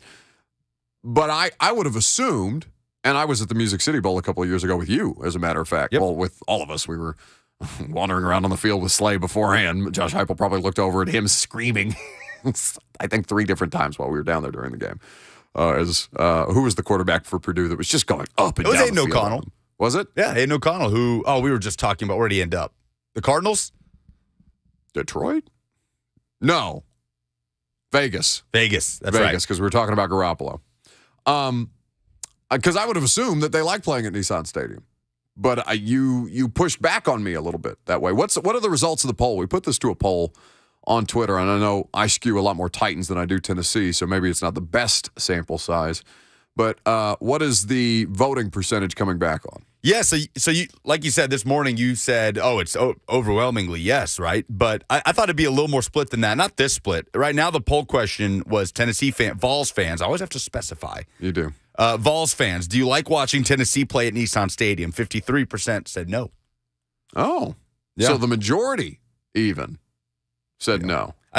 For Middle Tennessee fans, they definitely like the convenience of it. Sure, it's better than driving 3 hours east and hassle a tailgate, the whole thing. But it's not, though. I think if you polled Tennessee fans in Middle Tennessee, I think they would rather drive 3 hours east and experience Neyland Stadium and tailgating on campus than just going over to Nissan. Yes, it's convenient, and that's all good. But I don't know. I think you would always rather play in your home stadium. It is essentially a home game for Tennessee anyway. 615-737-1045 is how you join the discussion. The most talked about player at Titans OTAs. You might think it's a quarterback. You would be wrong. I'll tell you who I'm talking about coming up next.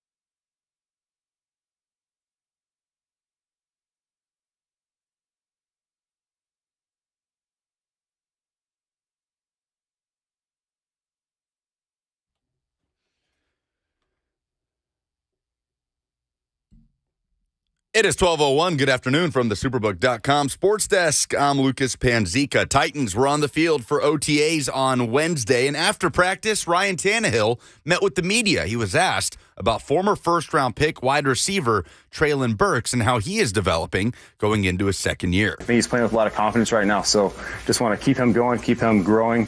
He's doing a lot of really, really good things right now. I'm really happy with his growth and want to keep pushing forward.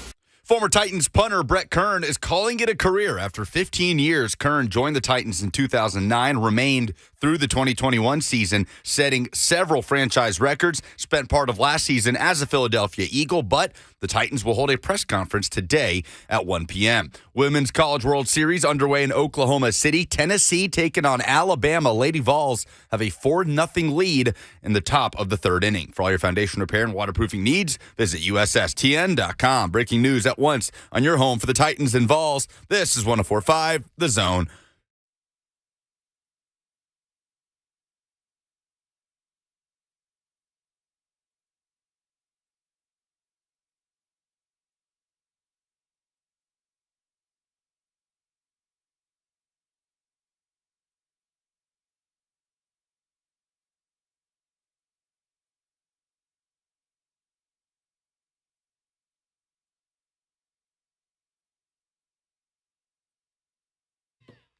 Final hour on this Thursday afternoon.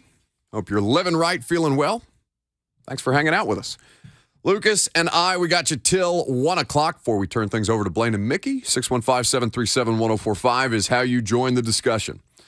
So the most talked about player at Titans OTAs yesterday. I did a tease. I thought I nailed the tease. And then I heard in the update that Lucas killed me. Yep. Killed it right out the gate. Did you do that in the 11 o'clock update too? I did not do that, but to be honest, it was because I didn't have it pulled up. Didn't have what pulled up? Like I looked up and I said, oh, it's my turn. And I didn't have time to get the audio up. So thank you for spoiling the tease. Treylon Burks was the most discussed player at practice yesterday. And I would say not just because, well, there's a couple of different ways that you can look at it. Because there's plenty of discussion around the quarterbacks, not cornerbacks. And there was also discussion around the cornerbacks because it was reported, right, by Teron Davenport that Christian Fulton would be in the building for, I want to make sure I phrase TD's tweets correctly, but it was reported by Teron that Christian Fulton would be in the building. Perhaps we assumed that would mean that he would be out on the practice field. He was not yesterday. There was a great many of them that weren't out there in the secondary. I did not see Sean Murphy-Bunting, no Fulton, no Hooker, no Byard, obviously, or Caleb Farley, who continues to So this is Teron's tweet. He said Fulton back in Nashville after training in Miami, said he'll be with the team when they hit the field for OTAs this afternoon. So I guess we took that to mean that he was physically going to be on the field, and perhaps Teron meant that he will be with the team, but the team is going to hit the field. Maybe, I don't know. That's either way. He was in the building, not out there for us to physically see. So I will have to take TD's word for it. But as you look at the OTAs and the analysis of this, right? There's one thing, and Lucas, if you could pull this up from my Twitter timeline yesterday, Mike Vrabel talking about trying to keep young players from overthinking things. Because it was in the middle of an answer, the question that I wanted to ask him. So middle of an answer of him talking about it's not really real football that we're doing right now. There's only so much that's going to change day over day, week over week. And what they're looking for at this very, embryonic stage of an NFL football season is they're looking for mistakes. But not just mistakes in the traditional sense. So mistakes are going to be made. For example, neither Levis or Willis had a clean practice yesterday. Nor. Isn't that what I said? You said or. Are you sure? Neither nor. When you correct me, you understand why I don't trust you because you actively don't listen while I talk. Either or, neither nor. No, I know that. What I'm saying is I'm disputing that you're hearing what you think you heard, other than you thought it would be a good chance to jump on me. What was it, F&M Bank chat? What are you running the Gestapo over here? This is your secret police? You're going to have them smoke me out? No. You can't do it well enough on your own now that you don't have Bert back there to scurry for audio? I think you're hurting more from him moving up to the morning show than I am. I miss him. Is it lonely back there for you? It is a little lonely. Oh, no. We're getting mixed reviews. Ballin says Buck said or. Puka says nor. Ooh. I said nor. Might have to check the tape. Eat it. Yeah, because that's going to come back in my favor. Yeah, I just cut out the... I do have control over that. I don't trust you other than to be close to a button in case somebody puts us in danger. That is where I do trust you. But I think that there's going to be and there's always a tendency to hyperanalyze OTAs. When in reality, it's really, really tough to take stuff away. I mentioned yesterday that somebody had asked me, what's Will Levis look like under pressure? I said, well, you can go back and watch the Kentucky tape because he's not under pressure at practice right now. He's barely taking snaps at practice right now because he's sitting back, for the most part, he's sitting back there watching Ryan Tannehill work with the first team while Malik works with the twos.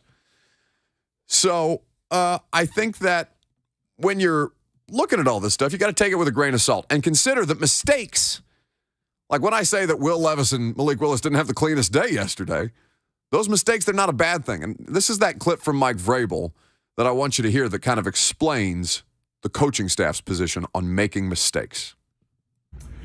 4 weeks of on-field stuff that would somehow, at times, look like football, and really trying to stick with the installation, first, second down, add third down, work into the red zone, same thing kind of with special teams. So nothing's really going to change. I think it's just about improvement. It's about conditioning and about all those fundamentals that we're going to need to use once we get to the season. It's probably more specific to the individual, but how do you keep young guys from overthinking things when they're out there trying to execute on the field, trying to get it as best as they can? Well, again, we've tried to talk to them and everybody around here that continue to coach the mistakes but demand the effort, and we understand that mistakes are going to happen. You just can't stand there. We have to train them out of that, and hopefully that they're new mistakes and that they're the reasons that they can answer why maybe the mistake came, and that, or they just need to get it again, in an installation or a walkthrough. So we'll just have to work through those different things and kind of take each of them as they come up. New mistakes. New mistakes are good. This is the time for them to make those mistakes.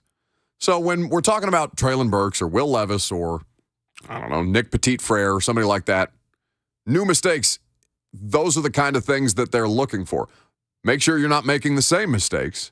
Once you've got that behavior corrected, all right, what are you doing? Why are you doing it? Can you identify why it's wrong?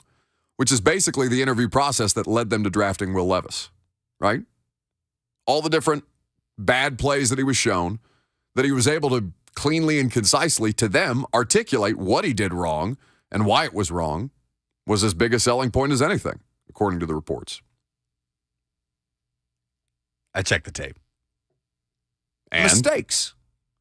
But not just mistakes in the traditional sense. So mistakes are going to be made. For example, neither Levis or Willis had a clean practice. Yes. Damn it. Are you sure? I did not doctor it. Are you sure it. that's clean? Yeah, I didn't doctor it. I don't believe you. No, I played it straight off of the YouTube stream. Straight off of it. We have a poll open that says stop the count. I'm just going to start denying anytime I do something wrong, anytime I get something wrong, anytime I say something wrong, I'm just going to start saying, no, I didn't. Seems to work out swimmingly in the political realm. Why wouldn't it work on Sports Talk Radio? No, I didn't. But them's the breaks. That's right, Boris. The proof is in the pudding. Where did that phrase come from? Oh, it was his resignation speech. No, not Boris. I'm saying, like you just casually said, proof is in the pudding. Why is there proof in the pudding? I don't know, but it's a question that I have. Yeah, I don't know. These are the things that I think about. But was your long, rambling, incoherent speech about the fact that Treylon Burks is now making fewer mistakes? Is that where you were getting? I kind of lost my train of thought in the middle of that. Yeah. Because I was trending towards quarterback stuff, and then I said, no, I saw Treylon Burks in my rundown. I got to talk about Treylon Burks. It was the Michael Scott. You started a sentence hoping that it finds itself along the way. No, I mean, I knew where I was going. I was just talking about a topic that I had not intended to talk about here. Do you want to hear Ryan Tannehill talk about Treylon Burks? I would like to, please. Treylon's grown a lot. I'm really excited about what I've seen from him. He's flying around. He's moving fast. He's moving efficiently. He's coming out. He's working. He's in shape.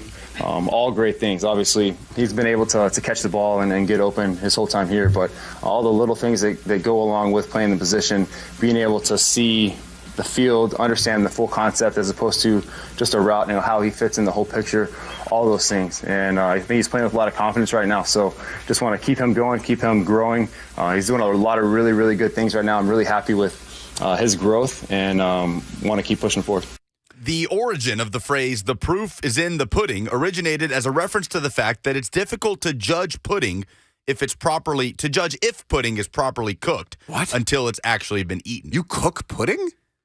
I mean, That is something that's cooked? You got to prepare it somehow. I mean, I just thought, I don't know, I thought it came in like a powdered thing and you just mixed it. I don't think I've ever made pudding. Oh, well, it's not. I knew this was a British thing. It's not the pudding that you're thinking of. It's pudding that you get in the UK. It's like savory, like a sausage-like mass of minced meat. When you have an English breakfast, you get I understand. the bangers of the sausage and the eggs and the black pudding, which is not really pudding. I understand. Just a sausage-like mass was not something that I was expecting there in the middle of the breakfast analysis. Proof is in the pudding isn't exactly talking about banana pudding.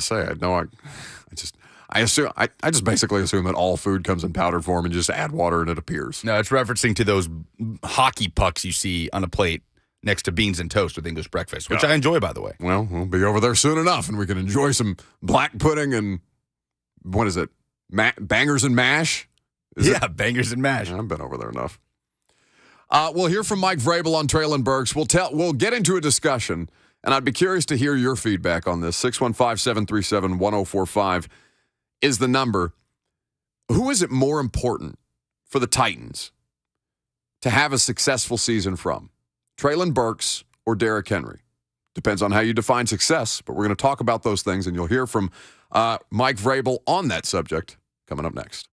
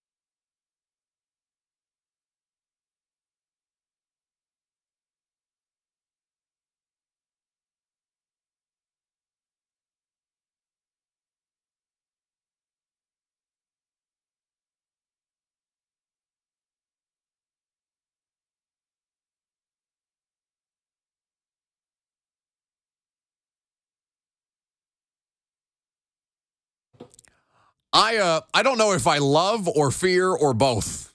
If the relationship with the audience is one or the other, most likely both. The way that you guys so instantly respond, we do this thing like nobody's listening. Unfortunately, thank God, people do.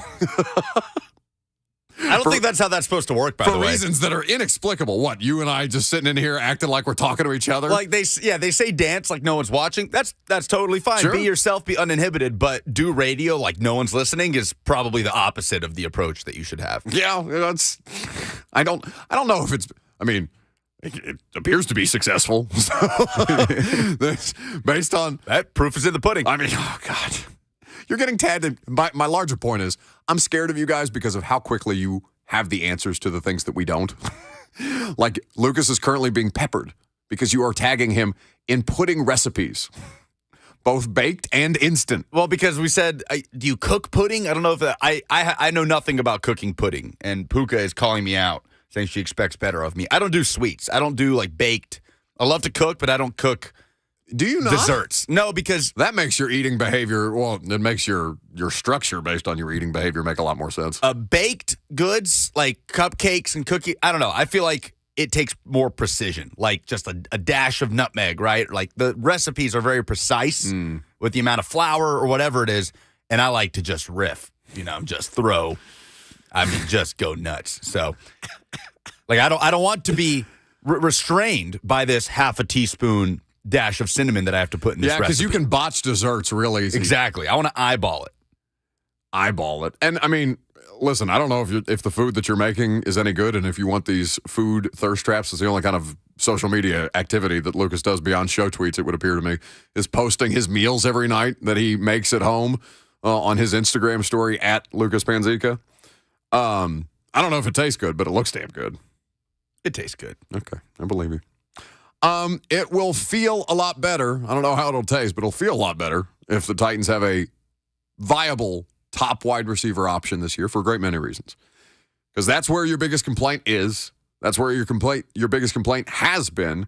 And until further notice, it's where your biggest complaint is going to continue to be. There is audio of us asking Mike Vrabel about DeAndre Hopkins yesterday. And you know why I'm not going to play it? Because it's not worth our time. He didn't give the Robert Saleh quote, right? You see Robert Saleh said, we're good with our group. Mike Vrabel said, we're just going to keep it to players on the roster, which, by the way, does not rule them out, does not rule them in on DeAndre Hopkins. It just means, I'm not going to, if we do the transaction, we'll send you an email. So with Vrabel and the wide receivers and where things are at with the Titans, it is good to see, both with our own eyes, again, one day of availability on, I think they've had 9, or will by the end of the day have 9 total OTAs in the books. We'll have only seen a third of them because only 3 of the 9 have been open to media, and that's typical at this time of the year, which is why I say don't overreact to things you see in OTAs, because it's 1 day out of 3 on any given week.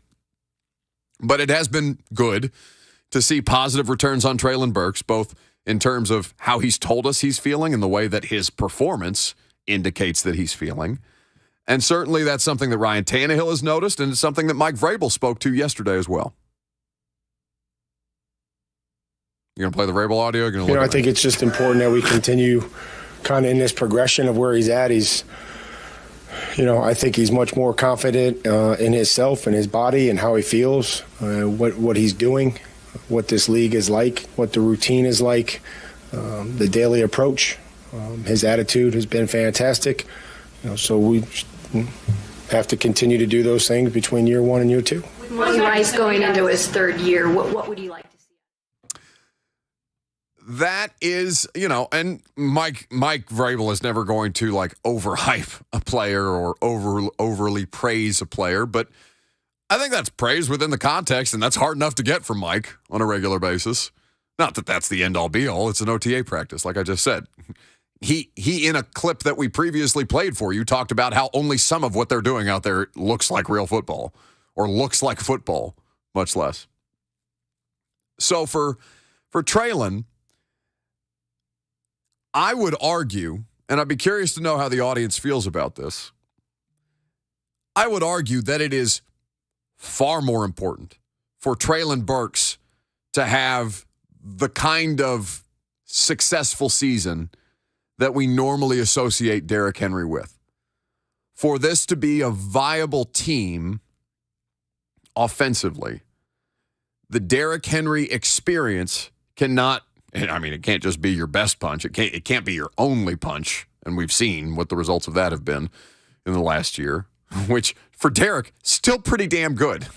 It's his second best statistical rushing season, fumbles notwithstanding all these things. Again, it wasn't perfect by any stretch of the imagination, but there's still plenty to work with if last year is to be, is how we're making our assessments around Derrick Henry.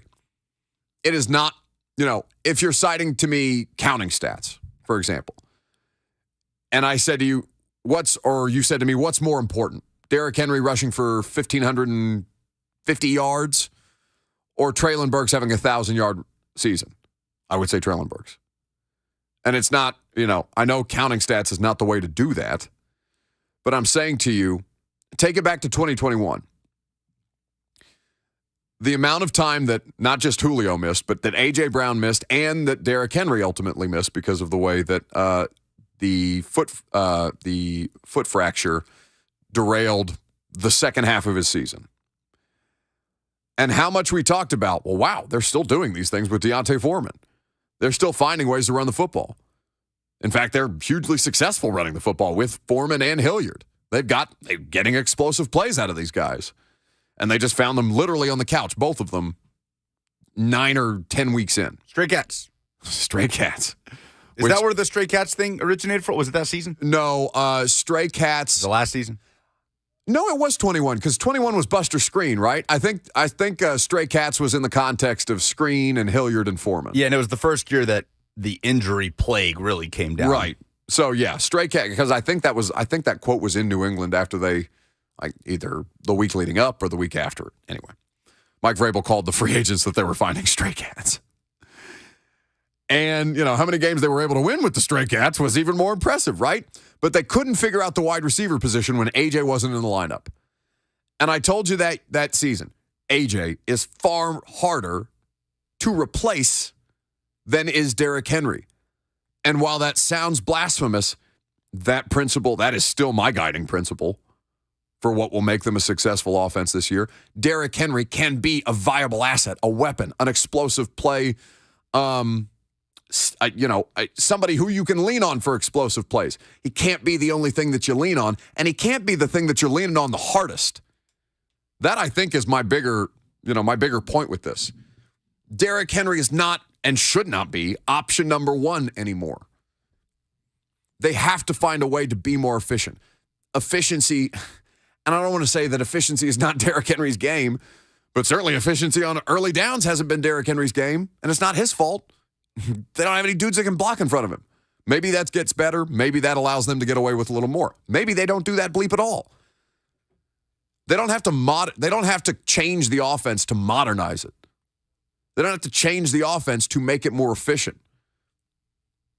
They have to make better decisions. They have to put their players in better positions to succeed. Apparently, the play calling situation is being pared down to help these guys play a little looser.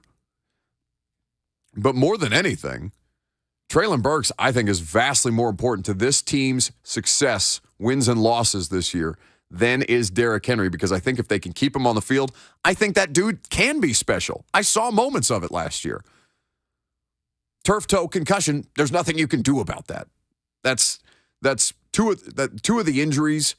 I mean, those are great examples of Ryan Tannehill, for example, asked yesterday about, you doing anything different coming off the high ankle sprain. And he's like, no, not really. It was just like it's an on-field thing. Like it's an ankle sprain. An ankle sprain's going to happen. It happened on the field. There's nothing I can do about that. And then he said, he was asked a question about, well, we as the media get a lot of questions about strength and conditioning. You guys have had this injury bug the last 2 years. How do you explain it? And what he said is, bad luck. Like I know people are grasping and reaching and looking for all different things. Fire this, fire that. And there may be some stuff that's applicable, but not wholesale. Concussions and turf toe, high ankle sprains, those aren't anything that the training staff can do anything about. Now, how much they're able to keep them on the field afterwards, then you can argue that. But Treylon Burks, his availability, I mean, hell, I would argue that if Treylon Burks played more games than Derrick Henry this year, they would be an infinitely more successful football team. Now, I can't guarantee that by any stretch of the imagination, but I think there's a way better case for it. And I think that's at the core of what people's analysis about the running back position is it's not that the running back situation is devalued, is that Derrick Henry, and leaning on Derrick Henry that way, viable to an extent, but no pun intended, you run out of gas. Where most teams are doing this with 2 or 3 running backs. Running back by committee is not an anomaly. It's the norm now. Very few bell cow running backs remain in the NFL, and certainly not with the durability of Derrick. Zeke Elliott's still a free agent. That's what I'm saying. And and even Zeke. Zeke wasn't really bell cow running back as of late. They've been splitting him up with Tony Pollard for the past couple of years. Who is the most bell cow running back outside of Derrick? I don't think there's another one. Maybe just by so we're talking about in conventional running back sense, right? We're not talking about McCaffrey splitting out wide. Are we just talking about snaps? Snaps, carries. Carries. What comes to mind when you think of bell cow? Carries, carrying the football, being the primary running back. They're being a primary running back and not just, all right, who is going to favor us most this week and how can we split up the reps this way? Chubb. Yeah, Chubb. There are teams with a primary running back. That is not an unusual thing. But is Nick Chubb that with Kareem Hunt? I know Kareem Hunt's not on their roster anymore. He's a free anymore. agent, yeah. But Nick Chubb and Kareem Hunt they've been splitting reps more than Derrick Henry has been splitting reps with. Who's a running back behind Derrick Henry the last couple of years? Well, I guess they did try that bleep with Deion Lewis, but it didn't work. Derrick Henry had 349 carries last season. Josh Jacobs had 340. Nick Chubb had 302. Saquon Barkley had 295. Okay. And then you go down to Najee Harris with 272. Dalvin Cook with 264. And then you just get into the 250s. And so, I'm sorry, say Derrick's number again. Derrick had 349 rushes. And who was second? Jacobs. Jacobs with how many? 340. And he led the league in rushing. And Josh Jacobs in a contract year. Injuries, I think, were a thing for Vegas last year. Oh, and our coworker, Moses Alomo, who's listening to the show, texted me, Jonathan Taylor, Indianapolis, when healthy, bell cow running back. Yeah, Taylor is probably that. Taylor is that, for sure. I would argue Jonathan Taylor is more that than Nick Chubb has been because they have been able to split that up with Kareem Hunt. And they've also had skill position players that are good and things like that, but that's a run-based offense. Baltimore's been doing it with running backs all over the place, right? They haven't had one guy consistently. Yeah, they split up carries. J.K. Dobbins, Le'Veon Bell. Lamar. Lamar, right. Tremont says, dude, you're missing the guy in your own division as far as bell cow goes. No, talking about Jonathan Taylor. Yeah, that's on the F&M Bank chat. Dameon Pierce could develop into that for the Houston Texans. They were certainly trying, and they correctly shut him down at the end of the year because there was just no point in running him into the ground any further with their level of competitiveness. Now, Eckler is another one that's interesting because he's such an asset as a receiver. But I think that McCaffrey, Eckler, Kamara, those guys I almost take out of this equation because they are, I don't really consider them running backs. I just think they're football. It's like Debo. Debo's a football player. Taysom Hill, football player. McCaffrey, football player. They're just multi-use skill position weapons that just happen to play running back in college. So with Treylon Burks and where he is in his career, just the idea of this, all right? Quarterbacks are almost always, whether they're undrafted guys, whether they're draft picks, you're always bringing along wide receivers in some form or fashion. Now, a lot of times the starting quarterback isn't going to have to deal with the undrafted or tryout dudes because they're working with the 3s or the 2s at the best. But Ryan Tannehill having to do less heavy lifting. It is still a young wide receiver core. But Ryan Tannehill having to do less heavy lifting with Racy and Kyle Phillips and Treylon Burks And theoretically this season, having more time with at least one of the three on the field, because all three were very, very unavailable last year, I think that does take some pressure off him because they just know how to do more things. You're not having to babysit as much. The young wide receiving core is still a thing. They are unproven. They are inexperienced. They have not done anything for anybody to think any differently of them. And Chris Moore is your free agent acquisition. That's not going to spice anything up either. But if you have that in place, you have the person who can guide them through it. They have the institutional knowledge of, I know how things are done here. I've been here for a year. I don't have to worry about all the other BS that's going on as a rookie coming in, all these different pieces and parts that I've never had to account for. I've played an NFL season. I know how, or I've been through an NFL season, if not played an NFL season in the case of Phillips or McMath. I think there's a lot less pressure on the quarterback in that situation because you just have to do less. You can do more of your own thing. You can work at a higher rate of efficiency with the guys because you understand that they get it the way that you want it. So I think those are all things to take into consideration. Doesn't mean that the Titans are going to have a good wide receiving core this year. But I do think those are the kind of things that you look for that might indicate, all right, if this is in fact what they're going to do with the wide receivers, where you guys were screaming at us when we walked in here on Monday after the draft. They have to have a plan at wide receiver. They have to have a plan at wide receiver. Surely they have a plan at wide receiver, right? And Mike Vrabel's answer is, yeah, good enough for Monday. We'll figure it out. Roster acquisition or player acquisition all year long. Free agency doesn't stop. We'll figure it out.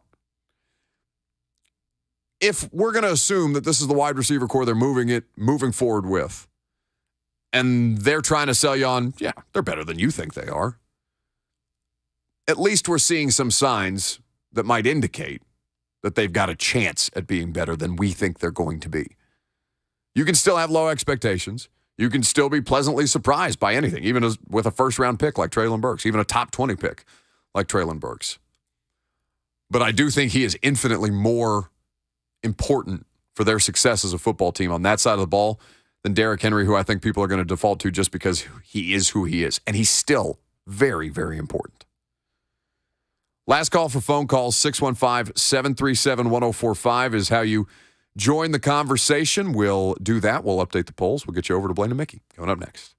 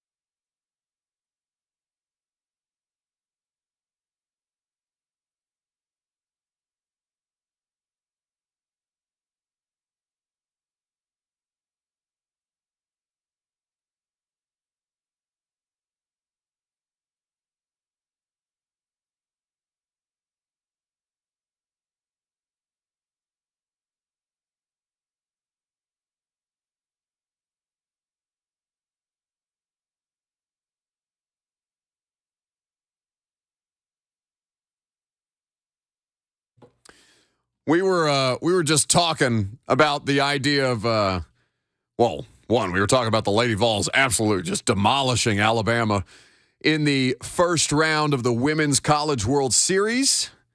10-2 right now, bottom of the fourth. 2 outs, no one on at this stage.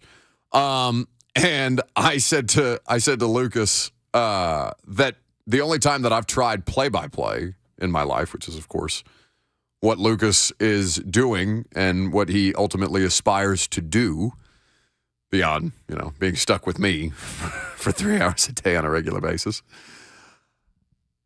The only thing that I've done play-by-play wise in college was softball and wrestling, which both I was thoroughly unprepared for. But we were talking about the idea softball players just look like they're having so much more fun in the dugout, or what looks like the most fun bench atmosphere in sports? It's probably softball. Oh, easily. They're having a party in there. Because like basketball, kind of, one of your dudes gets up for a dunk, just posterizes somebody. Yeah, maybe you stand up, you're just, the whole thing. But like, they're doing chants, they're dancing. For the entire game, they're like straddling the rail and doing like all rowing together simultaneously in celebration of runs. Like it looks utterly ridiculous. Like, can I go down there, just dance and sing around for 7 innings? It's more honestly, the dugout is a vastly more fun place to watch a softball game than would be the stands. It looks like a party. It's like supporter sections at soccer games that do chants and songs based on a certain player or something on that team.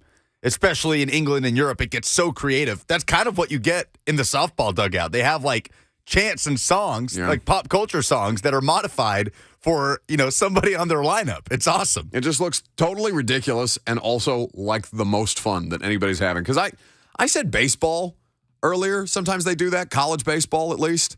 And the pros, all I see from people in the pros is an angry-looking manager, red-faced usually, spitting sunflower seeds and looking discontent with everything that's going on. And baseball generally seems to discourage that, right? Like everybody gets all bent out of shape when Tennessee has fur coats, and I know that they're very brash about the way they go about their celebrations. Like Robert's dumbest thing in sports the other week of an ECU player getting ejected for bringing out PB&J to his teammates that it's a homer. Yeah. Baseball definitely. Well, I think that's probably my biggest complaint, and it's not fair for me to lob complaints of a sport that I don't really pay attention to. But like that is probably one of the reasons why I'm more prone to not be interested in Major League Baseball, for example. Yeah. Because I feel like every year somebody like Goose Gossage, right, which just sounds like an old miserable baseball name. Goose Gossage gets platformed somewhere, whether it's Dan Patrick or some other national outlet that's still interviewing old baseball players on a regular basis for reasons that are unbeknownst to me. Gets on there and says something about Bryce Harper celebrates too much, and that's bad for the game, or his hair is ridiculous, or, when I was with the Yankees, we all had to be clean shaven. It's for what? For what? You know what modern day professional athletes think? If you as a manager or a coach come up to them and say, we're going to dress this way, we're going to look a certain way, we're going to have our hair cut to a certain way, they're going to look at you and be like, oh, you have no idea how it is to do this job, do you? Unless you're in the NHL and you're doing like playoff beards. Well, that's different.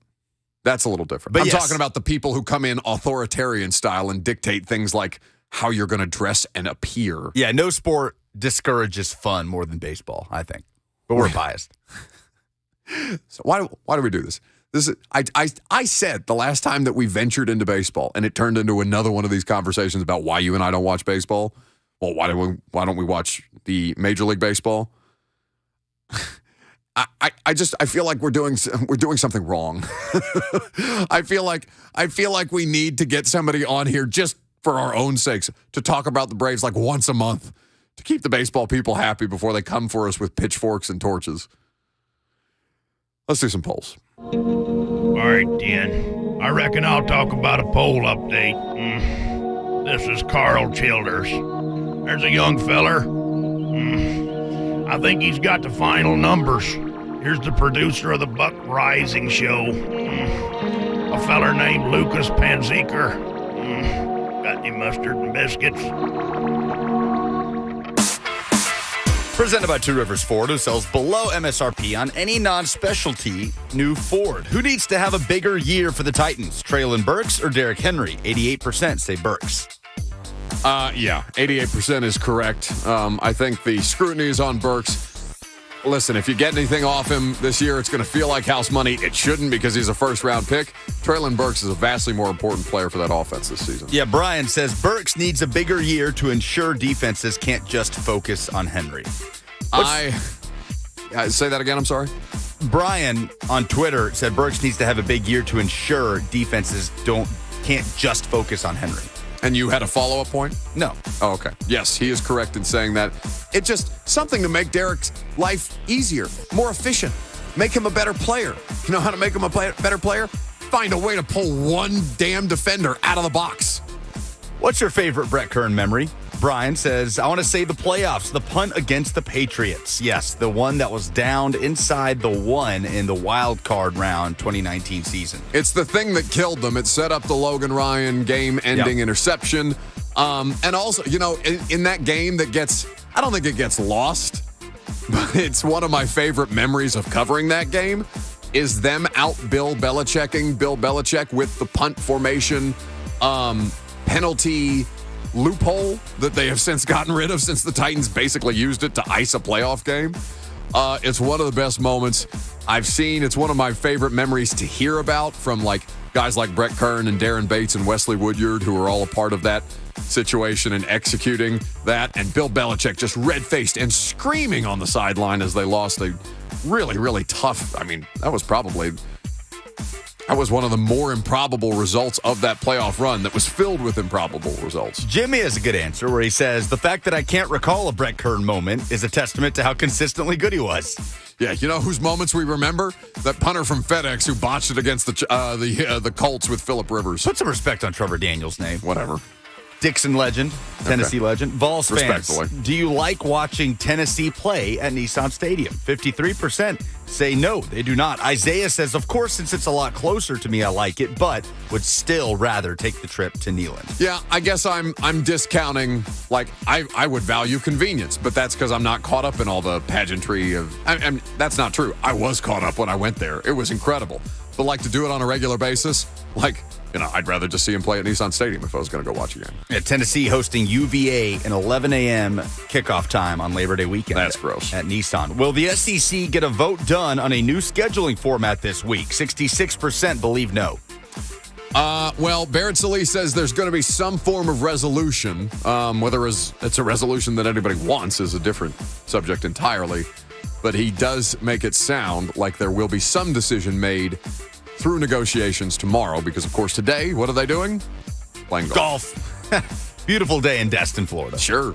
Who wins the NBA Finals? Game 1 tonight, 7:30 tip-off in Denver between the Nuggets and the Heat. 84% say the Denver Nuggets, who have not played in like 9 days because they swept the LA Lakers in the Western Conference Finals. I know. I want the Heat to make it competitive. I think they will make it competitive because Jimmy Butler he's like an apocalypse zombie. You can't kill him, no matter how. Again, speaking of things that are improbable, the Miami Heat. But I would say that, the odds should favor Denver, not just because of the rest. They are physically overwhelming. They both do play good team basketball, and I've seen that. I think you've seen that evident in Caleb Martin, for example, being the most important player in a Game 7. But, yeah, Denver just seems like it might be too much. Who do you want to win it? I would want Miami to win it. Yeah. I think I'd want Miami. I would want Jimmy Butler for all of Jimmy Butler's hard work and like doing this is the second time he's had to do this, basically like will a not great Miami team to the finals. I want that for Jimmy Butler, even though I have a Heat fan in my life who would be totally obnoxious if they were able to pull that off. Those are the polls. All right, so we're a little early here, and you said that you might want me to cut a promo. Do you want to do that live on air, or do you think that's bad radio? Why not? Coach Mac, Mike Wilson.